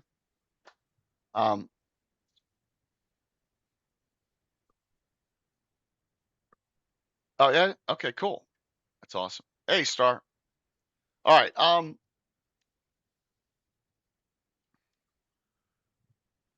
When you're short players and you can't get anyone, okay? Say you have 6 players and 3 just for one night can't go, and it's like 90 minutes before I get the cancellations. It's not the night before normally. It's 90 minutes before. Sucks, right? What do you do to pivot? Because you have to, right? Yeah. So some ideas. See you, Mountain. It's good to see you, man. Yep. Number 1, for that adventure, it's okay to bring in a second NPC. If you use one already, maybe you bring in a second one. 2, have it so that this adventure that they're going to do side treks off from the main goal. If you're right in the middle of something, it's a main goal. You may have something that comes by. They're here. They're walking down this path, and they come across this cart that's ruined. And there's an injured person there, and that takes off on a little side trek. Right? Take it off the path. 3, I shopping ones. I call them. I'd rather have city interactive adventures. Let them go into the nearest city, the nearest town, and do a little looking around. You know, maybe you'll find a tickling feather in your area, you know, or some other fun place. There's a ton of written up in GREYHAWK City. Unbelievable locations. Well, big city is full of stuff, but wilderness can work too. Wilderness can also have a lot of interesting stuff too. Yeah. Or small. Yeah, that's another one, Pat, and another one for John. My guys we have so many different adventuring groups. We may do it. We're just going to go and we're going to do a one shot on this one, and we'll come back to that next Well, week. that's the good with the West Marches. You just Yep. pick up something else and you go with it. You can just take another character and bring that on the adventure or whatever. So yeah. Trust Do me. you keep? Go ahead. Oh, sorry. No, go for it. I was going to say, do you keep track of where each character is? So when you start a game, well, it's easy. You start your games in Altamira for the most part. So, but Well, do Altamira, you keep Harvey, track GREYHAWK, of? yeah. Yeah. Do you keep track of say, oh, next adventure in Hardby, but your character, that one is in Altamira. I can't play Well, him. yeah, if they're in, especially if they're separated by long distances, they're not out of the pool Yeah. unless there's a reason that they could have been moving. Yeah, you have a pool Yeah. in each location, so to speak, that are there at the time, so to speak. Yeah. Well, I'm getting there. Tomorrow the bandage comes off. It's only been 10 days. I'm functioning, but I'm not like without. I still need to use the walker. About a week away from going to the cane, so I really shouldn't be driving yet. But I'm getting there. No, you should take it easy. Yep. Yeah. I'm working from home, so I never even went on. I just went out the Thursday and Friday. I was actually working from my hospital bed, by the way. I was lying there. I was working on a huge commercial project, and I'm there, and I'm on the phone, and my boss is like, "What the hell? What are you doing?" I'm like, "I can't lose this job. It's over 125,000." So yeah. So it does, Patrick. Trivia question: what's the first city that had the tickling feather in it? Oh. If someone gets it within the next 10 seconds, You it'll be a mentioned special it, for so yeah. next adventure. It'll be a special for next Thursday. Yeah. Jay, you have mentioned that Yep. before on the show. I think I asked you that question a while ago, and you answered it. So yeah. No, Altamira is the second one. Nope. Nope. I know. 5, 4, 3, 2, It's 1. another cool place. Yeah. And let's see if you where should I guess? Yes. Diamond Lake. Yes, Anna. Yeah, because I asked you that Lake. question like a year ago or something like that, and you answered it. So yeah. Diamond Lake, which is the starting point for the Age of Worms. So because I asked you if Tickling Feather was a franchise or not, and that's when you told me the story. Yeah, and we had to port it over. We had to port it all the way over. But yeah, Diamond Lake. It even showed you it's on the map. It's actually on that some customized maps that people did for Age of Worms, and there's actually the building itself is actually on there. So, yep, Diamond Lake, good one. Yeah, never had one in GREYHAWK or Hardby, but I love GREYHAWK. I love adventuring with GREYHAWK. Well, they might expand. Yeah, you never know. You never know. You never know. Yeah. So some other alternatives is, and this is we talked about this a couple shows ago, the long-term plot arc. You're short on players that night and you can't get any replacements. Maybe let them do a little investigation on something that they've received that is I got these long-term plot arcs that run for 20 years, right? 20, 25 years. The big one one of the big ones now is in Altamira. There's this big black tower with no windows, no ways in, no ways out. It's there. When the new Shadow Mage character starts to play, comes into town, they're drawn to it for some reason. And just so happens at the end of that adventure, no matter where they are, within a couple 100 miles of Altamira, and they perform the adventure, they find a useful item called a shadow amulet that I made. There's gem slots on it. They wear the amulet, and then there's certain colored gems, and those gems enhance their Shadow Mage spells. It's kind of weird that they all find one. There you go. Long-term plot arc. Maybe the Shadow Mage, if there's Shadow Mage in the party, maybe that one they want to try and do a little investigation. Maybe they're in Altamira and they're like, you know what? They have Barlow, the halfling druid thief, Korg's character, and Barlow's like, I want to find out why I can't get into the Thieves Guild, and maybe I want to make some contacts for that. have all sorts of fun side tricks. I hate canceling streams. I hate canceling games and streams both. Mm-hmm. Hate canceling both. So yeah. Alrighty. Other what was the all right? Here's a. I just want to see what the audience says. How many players out did you have and you still ran? Did someone have 6 players in their group and they ran with 2 still, and with 4 were out? I'm just curious. In memory, because I bet you there have been that, which we've had. And, sorry, I'm chewing on icebreakers. My bad.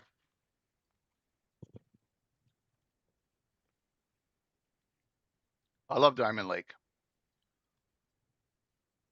Missing 2 Zamosi at Ratskill. Okay.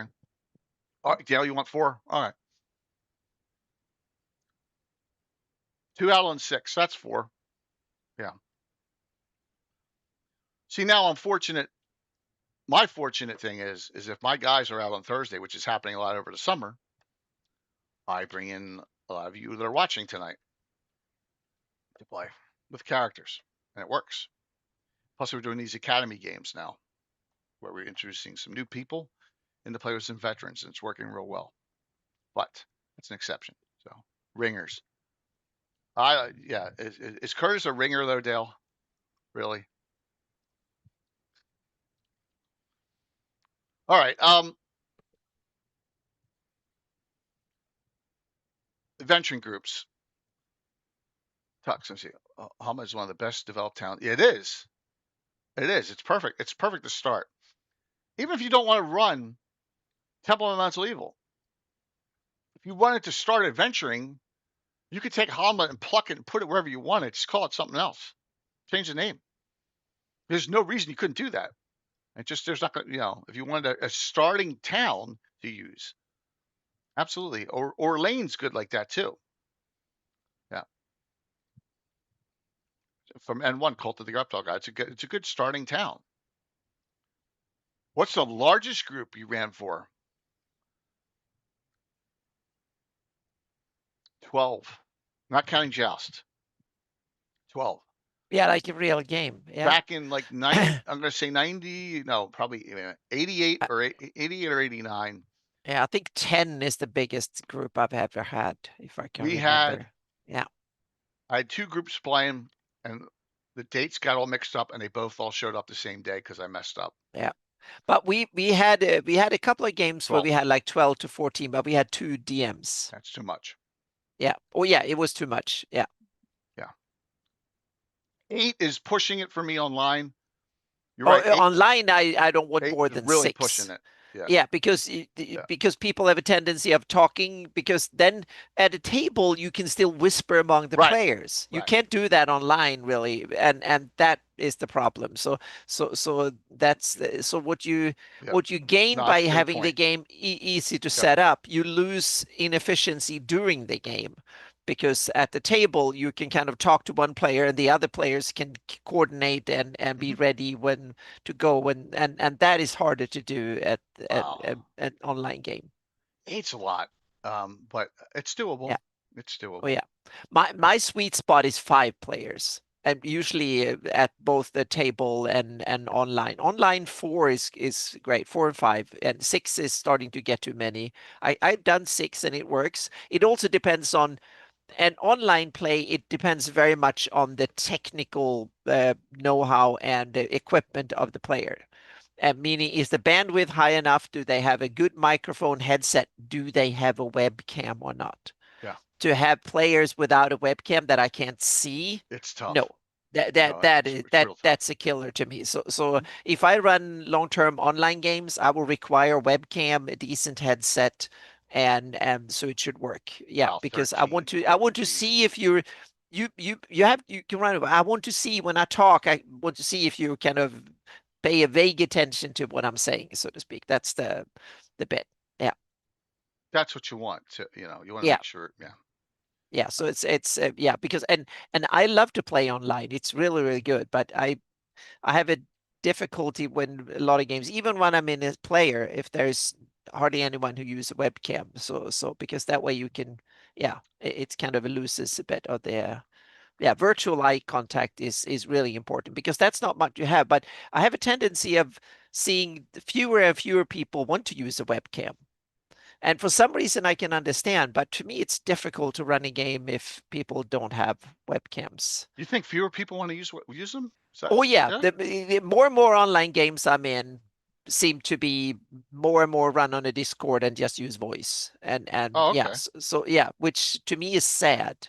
It really is sad, but yeah, Yeah, I agree with you on that 100%. yeah, yeah. So I love to do it.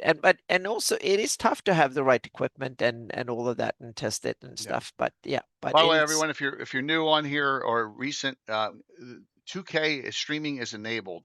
So go to your little next to in the picture, there's a little cog settings and go up and put it on max yeah. resolution. I'm streaming in 2K for the second time. Yes, Draga here, get a webcam. Yeah, yeah, yeah. So Yeah, uh, they're cheap. You don't need a much of a webcam, meaning the one I'm using right now is more than it's 15 years old and it still works. So yeah.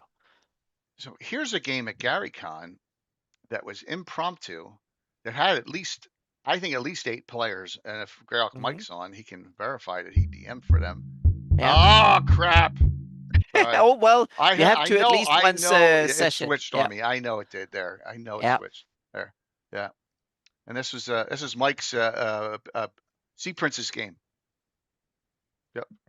But also the number of players is also when you have an established group with friends and stuff, you can have more players because people know each other and you can get things done more efficient. If you have a people you never known, never played with, whatever, and then it requires a bit more. To me, it's like, yeah, then you should have fewer players than if you have a group of people who are really experienced and have played together. But also, and one of the other thing that I think is important to mention for new DMs, or especially maybe not new DMs, but DMs who are hesitant to run games at conventions, you should do it because you get the most motivated players. In the beginning, I was so hesitant to run games at conventions, especially here in the US, since English is not my native language. I was like, oh, I'm going to screw this one up. When I have to display what an ogre does and talk about it, I'm not going to do it well. And I was so worried that I wouldn't come across properly, whatever. It was, yeah, that I would screw up, at least language wise. And then I come to a convention and all the players are so motivated and that helps a lot, so to speak. And all the convention, and now I run like 25 games, I think about 20, yeah, 20 something games at conventions the last like 10 years. And I'm more and more in awe of how many awesome players that shows up at conventions. So yeah. So Sparky, I understand Oh, that. thank you, Dale. Yeah. Thank you. Yeah, I'm so. And Yeah. the funny thing is not the game terms. Meaning, when it comes to D&D terms and the game terms, I'm as fluent as the average American gamer, no doubt. But when it's all the mundane stuff, if I want and do funny voices and all that stuff, it's the everyday, all the explanations of stuff and come up with cool new words for just kind of describing a situation and stuff. That's where I fail, or is it hard? But on the other hand, it is a challenge to run a game in your non-native language, which means that you have to stretch your knowledge. I've become much better at English by doing this. So gaming have helped me learn English a lot, so to speak, from reading the books when I was teenager to playing games and stuff. So yeah, so it really helps. Going through some pictures there of just how Yeah, much. Yeah. Look, I forget that center of darkness. I used the icebreakers box. One of these. See it? yeah. And Yeah. Sparky, that is the hard bit. But on the other hand, most people know that it's a limited time. So you just have to stress and kind of go tough in the beginning and just ram it through, meaning take the description quickly and then just go wild with it and don't let them sit around and you can basically railroad more than you would in a home game, but also push the players to, okay, do you do something? And then you don't do something and you move to another one and this one, and then you come back again and so on. So you have to be, it's a bit of a more show at a convention game because, and you can usually be a little bit more pushy because the players are on average more experienced. If you run a game for people that just show up at the game store. You might have someone who played the game twice or whatever. But if you have someone who goes to a convention, they usually, and that's something you should also always ask beforehand, so to speak, and always listen in, but push hard in the beginning. And if someone looks like, what the heck am I doing here? Then tone it down and slow down a bit, so to speak. But push hard until they look confused and then slow down a bit. So yeah, and see if they go, because so far the players have been like, okay, come on, bring more, bring more. So that's, yeah, that helps. And you'll Oh, there get we have some of my favorite players, Chuck, Ed, and oh, it's, yeah, it's voice is yeah, going. yeah, Excuse me. so So many awesome, yeah, all of them, yeah. all of the Pat, I couldn't do involved. that. It's not my style. For me, it's all about what I do as a DM. I mean, History prophecy. Yeah, I've used my Nordic languages in games when I've had the cold tongue people up from that speak the cold tongue. I use Swedish terms and Norwegian or Nordic terms, so to speak. So I definitely, the giants and stuff. I've yelled out battle cries in like Old Norse and stuff like that. So I've definitely used knowledge of linguistic knowledge, and also when it comes to place names and stuff like that, that it's good to know languages. It's a good, it gives you, and one of the other benefits of language is that they give you more ways to think, because language is like a way to translate reality. And if you have multiple languages that you can do it in, that means that you can look at things from more than one angle simply by translating in your head which language you use to describe a situation or a phenomena or something like that. So it's a good thing to have. yeah. Well, look, we've had a couple discussions on what to do and not to do at cons, Yeah. and you can make or break um, how people look at you in the future by how you DM at a con. Yes, definitely. Yeah.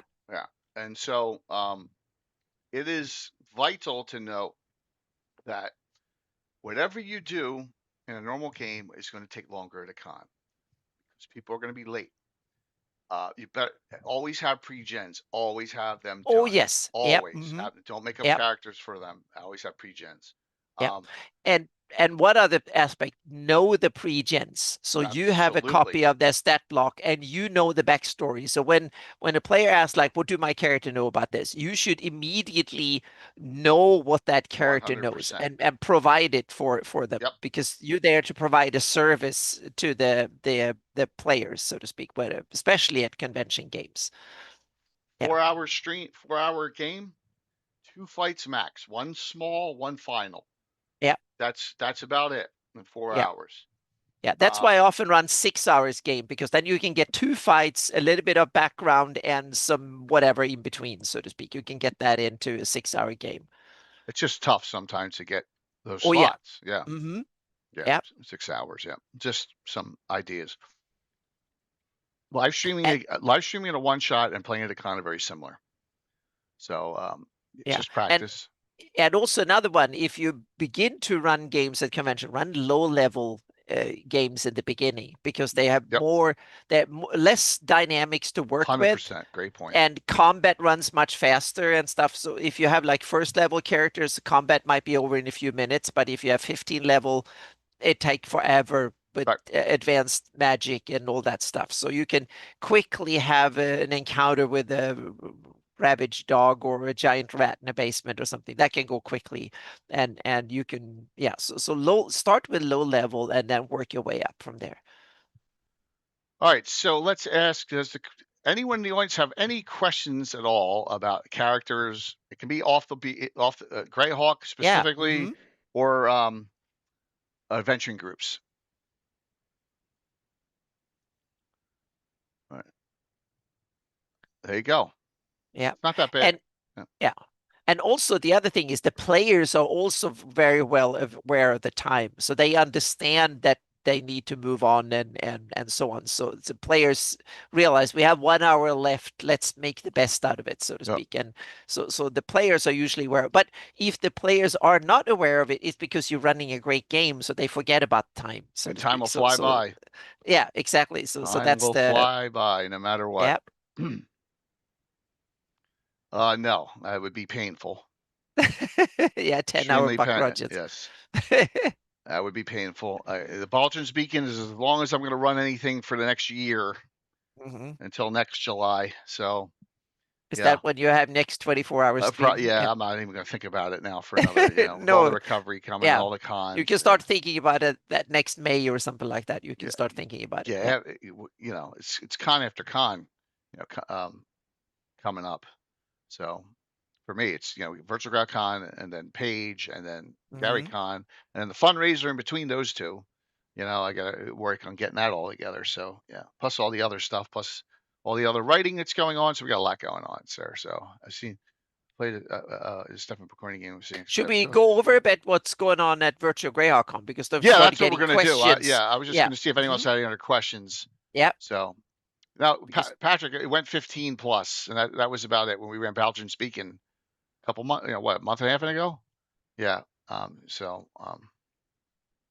Yeah, yeah, Joe. That's right. 1 to 2 till you know how to do it.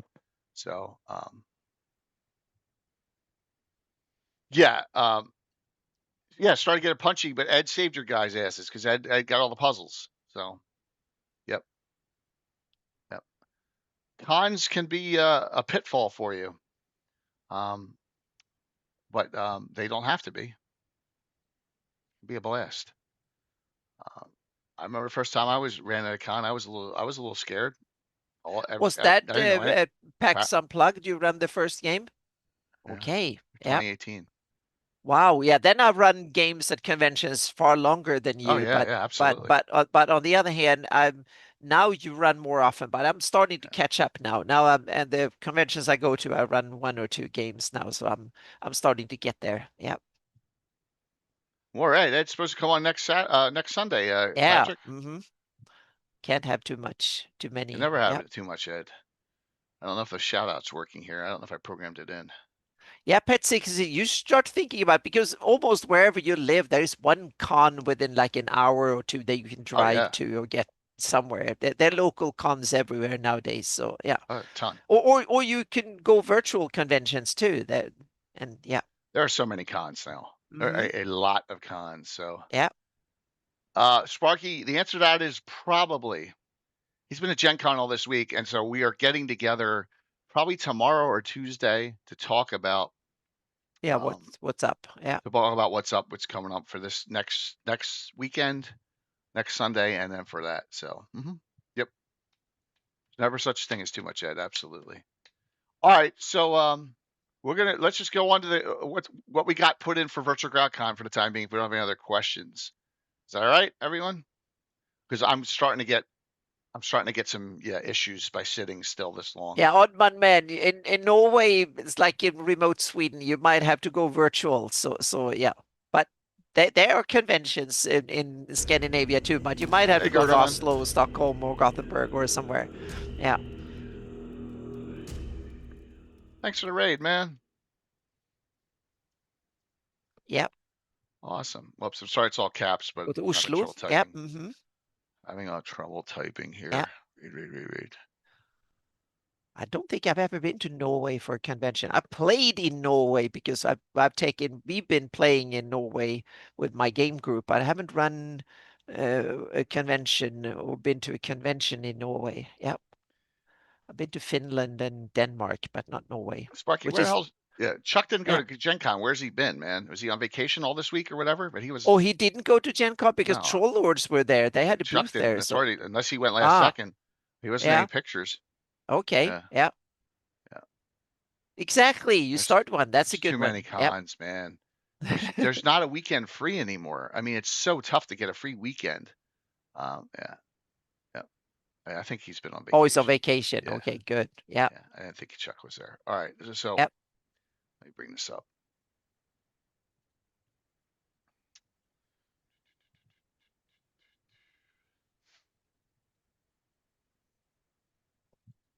Need more registrations and we need more events. So I'm gonna come here, Like I said, I'm gonna be pushing everyone this week because now I'm feeling up to it to get their games in because I mowed a lot of games. A lot of games. So RotoGradCon number Yeah, 6.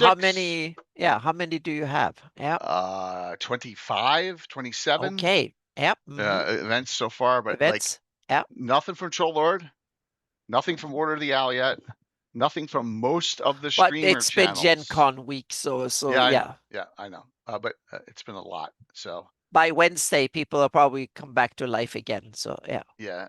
So let me see here. All right. Let me go to event schedule here. Bring them all up. All right. So Anna has got I got 4 events. 4 Yep. events.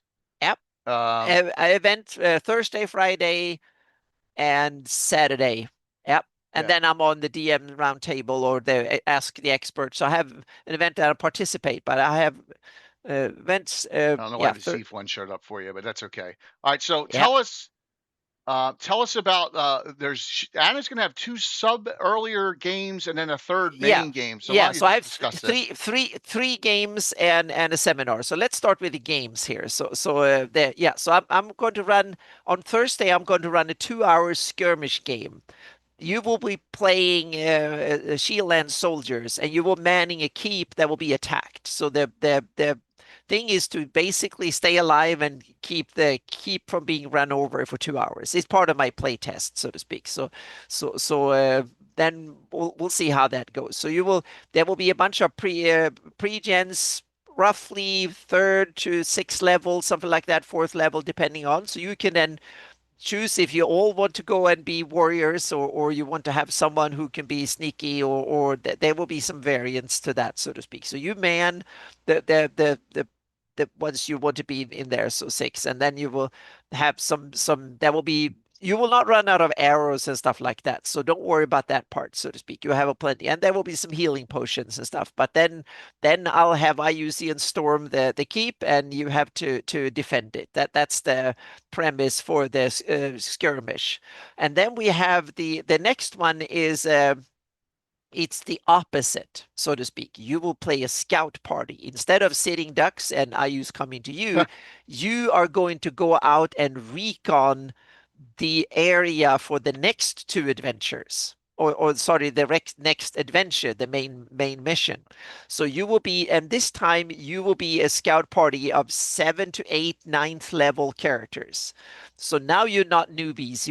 Now you're the hardened guys that go behind enemy lines and kill things.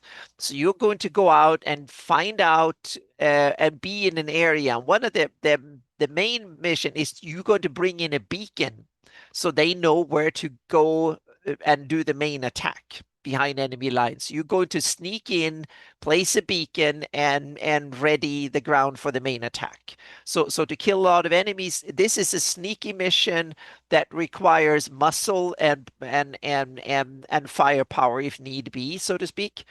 And then set up for the main mission. So the main mission know what the heck they're getting into, so to speak.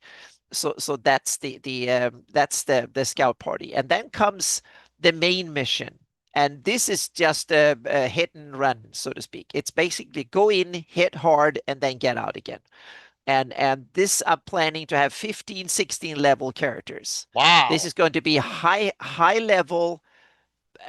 Basically just combat. This will be 4 hours of big battle, and there will be nasty stuff, and you will go in and you will hit hard, so to speak. And I want to test.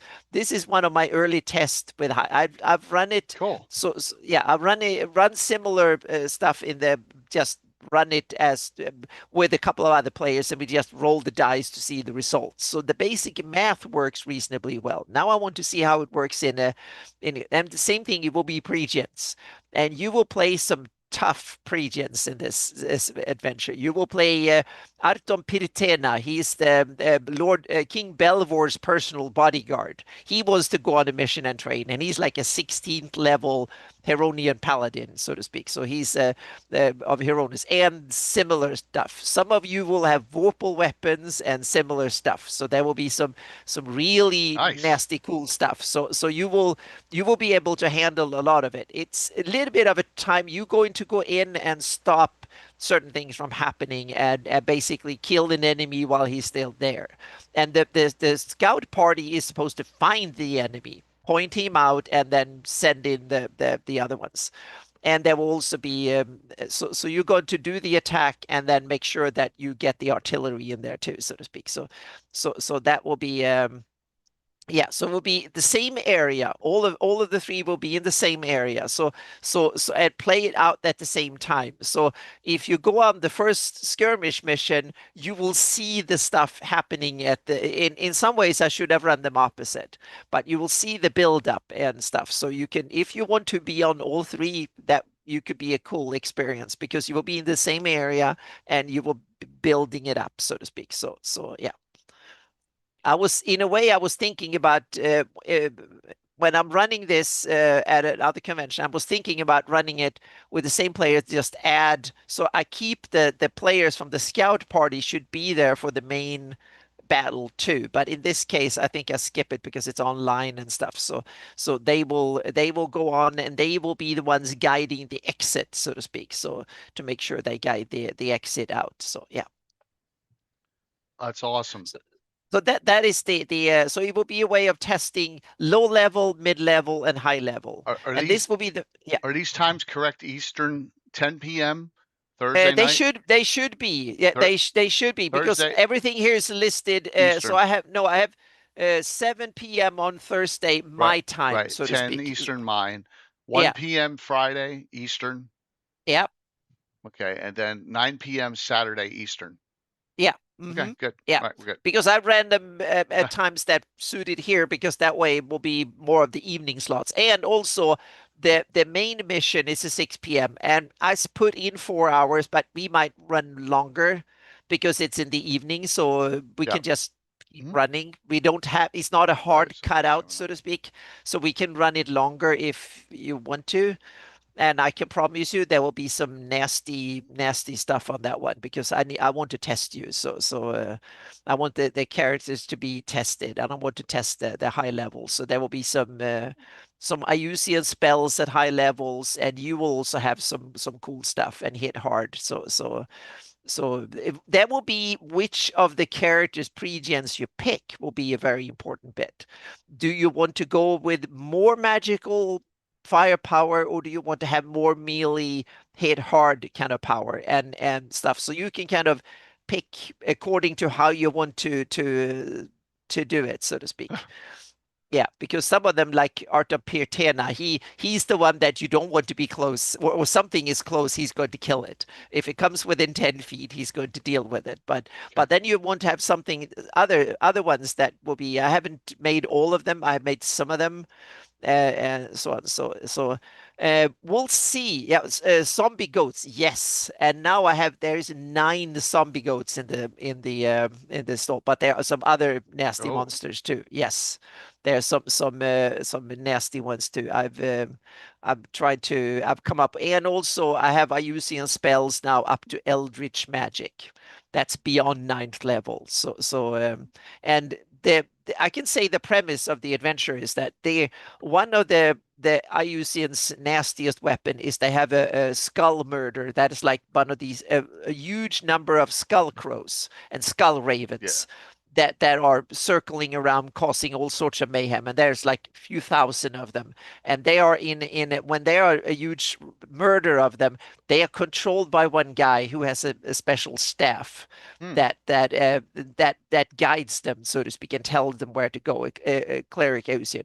You should go in there and take that and basically take out the murder, so to speak. That's the premise of the adventure, and that is a few thousand. And the what happened in the last adventure that I ran at Bergenman convention, I tested out a few of them, and they have a version of the bone chain spell that they the murder crows, they basically, and all the skull crows and skull ravens, they drop little pieces of bone over the whole terrain, hundreds of them, and then they become skeletons. Right. And then the Oh. skeletons can come close, and when you hit them, they explode, and they cause a chain reaction. Then they explode, so there are bone fragments everywhere, and that will basically kill you because it does hundreds of points of damage. But the players were really smart. So what they did was, one of the characters realized, I can cast lightning bolts, and he basically overpowered up the lightning bolt maximum. And when the skeletons were close but not too close, he basically cast lightning bolt straight through them, and got a kind of an opening that was 5 feet wide, and they just ran through it, and then they cast a bunch of lightning bolts and backwards again, so to speak, to keep it open. That was a really smart move, and that was, yeah. So that was one of the so that's the story you have going in. But they have a bunch of they can use powerful illusions, shadow magic, and a whole bunch of other stuff, so to speak. So that's part of it. That was part of the mission, to go in there and make sure that skull murder is not going to haunt the yeah. Okay, yep. So that's and there's some other powerful IUCN magic and stuff. So, but you will have some really powerful characters on your side too. So, but there will definitely be some the Black Knights or Blackguard Knights will be involved in this too. Yeah. Ooh, yuck. Yep, they have. I had one when I played at the Game Hall Con last year. I had one.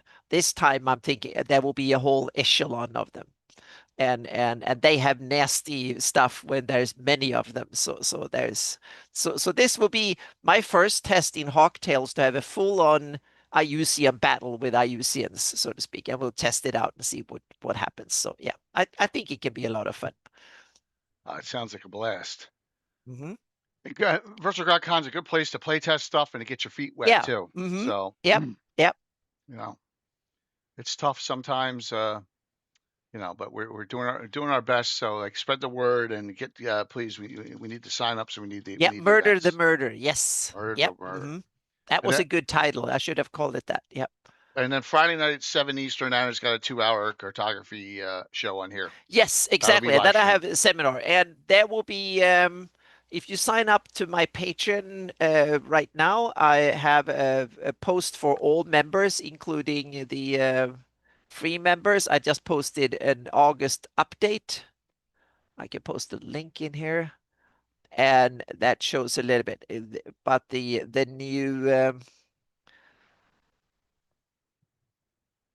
new maps coming up, so to speak. So there, I have a picture of. It's not textured yet. It's just a shading of the Rift Canyon.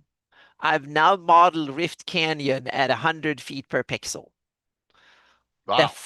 The full Rift Canyon, and Depth too. yes, depth too, Oh my in God. 3D. Yep.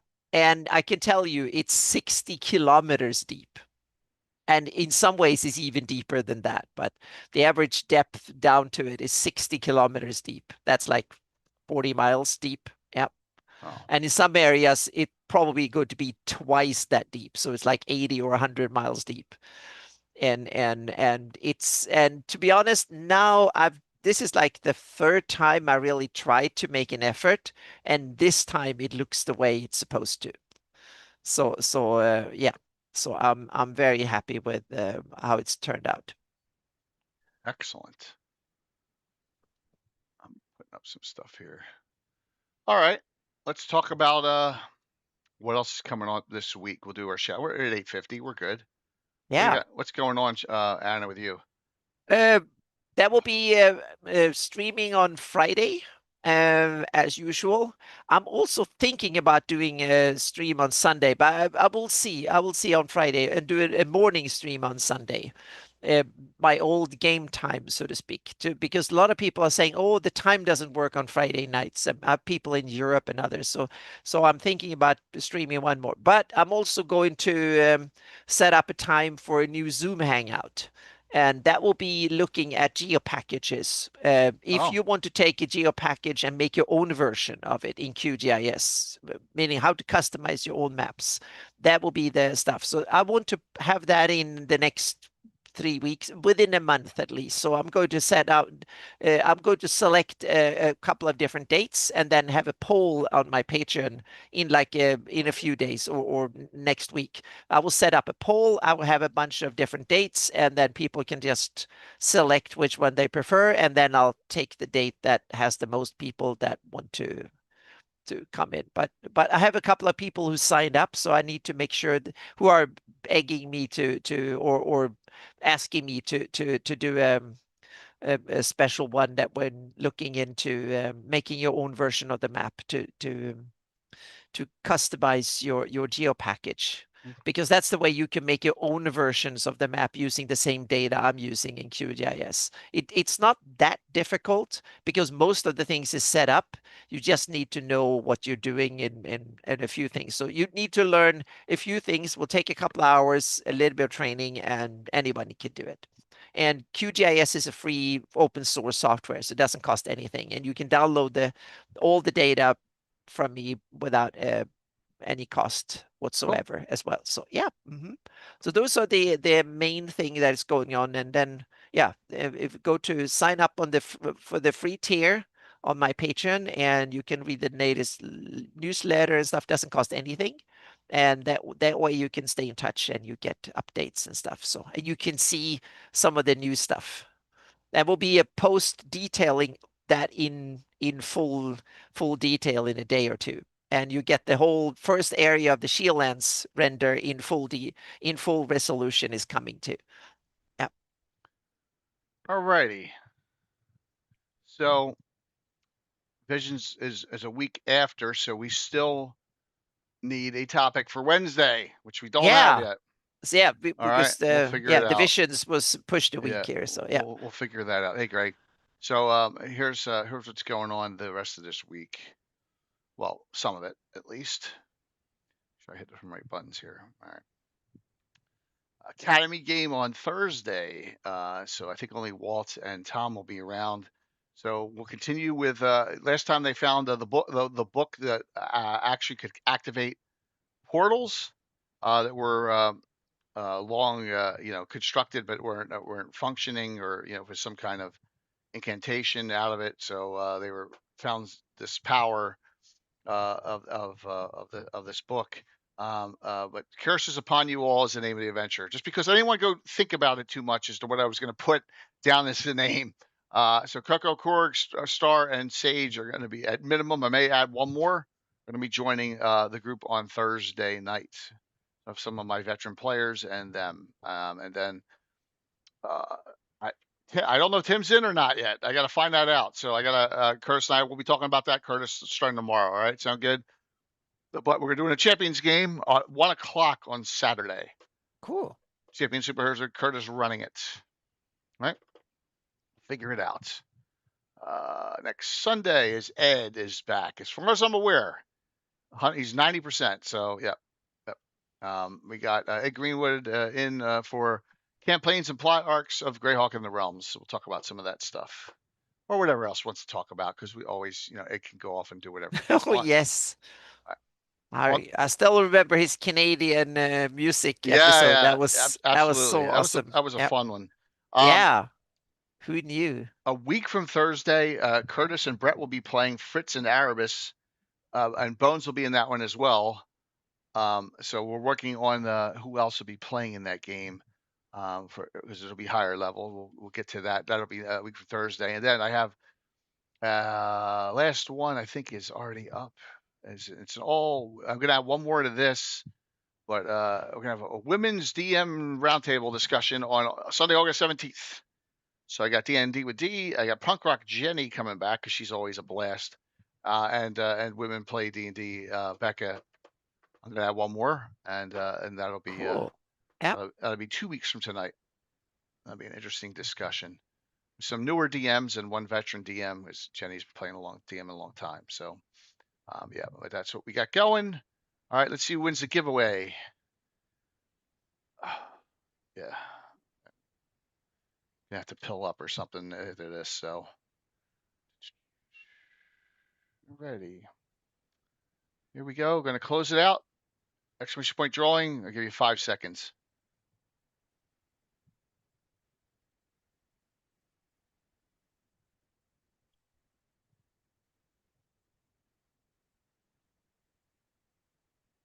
Winner is Roomhart. RHEUMHART. Congratulations. Congrats. Yeah. I don't think I have your address, so please email it to me. Full name and address. Do you have this yet? Do you have the World of Greyhawk Gazetteer revised in print? I don't think you do. So you'll be getting this. You will be getting this. All right. I just need that, and I'll send that right out to you. That's a good Thanks. one. Yeah, Yep. definitely real good. It's got some great information in it. And thanks everyone. We'll see you all. So it's a normal week coming back. We're back on normal time frames now. Okay. So we'll see. Yep. All right. Just, dude, if I don't have, just whisper me your name and address. I may have it, but just re-whisper it to me in the whisper chat here. I'll send you the initial chat here. Just so, yeah, no, first conversation. Yeah, send it right here, and I will get that right out to you tomorrow. All right. Awesome. Okay. Froze up here. All right. Who's on? Is Darling on tonight? I didn't see her on. I will see. Let's, Yeah. She's not on yet. Oh, she's on. All right. I see her. She's on. All right. Thanks, everyone. All right. Let's rate in the Darling Creep Show. I got to get moving. I got to get up and get walking Thank you, around, everyone. So. Yep. Anna, thanks for everything. Really appreciate it. We'll see you all soon. Yeah. Let me hit this. Too much going on. I got too many things open. Thank you for a great show, everyone, and we'll see you very soon. All right. Dashboard. Oh. Starts feeling like a huge lump, you know?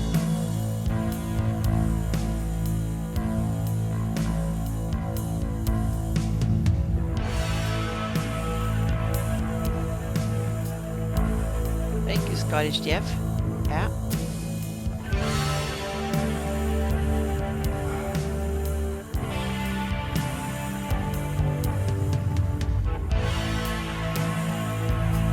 Alrighty.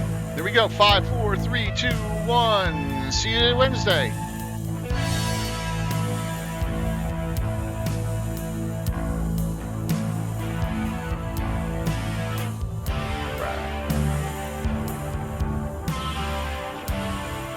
I am itching like crazy, so I gotta. Oh yeah, you need to go yeah, I need to. Yeah.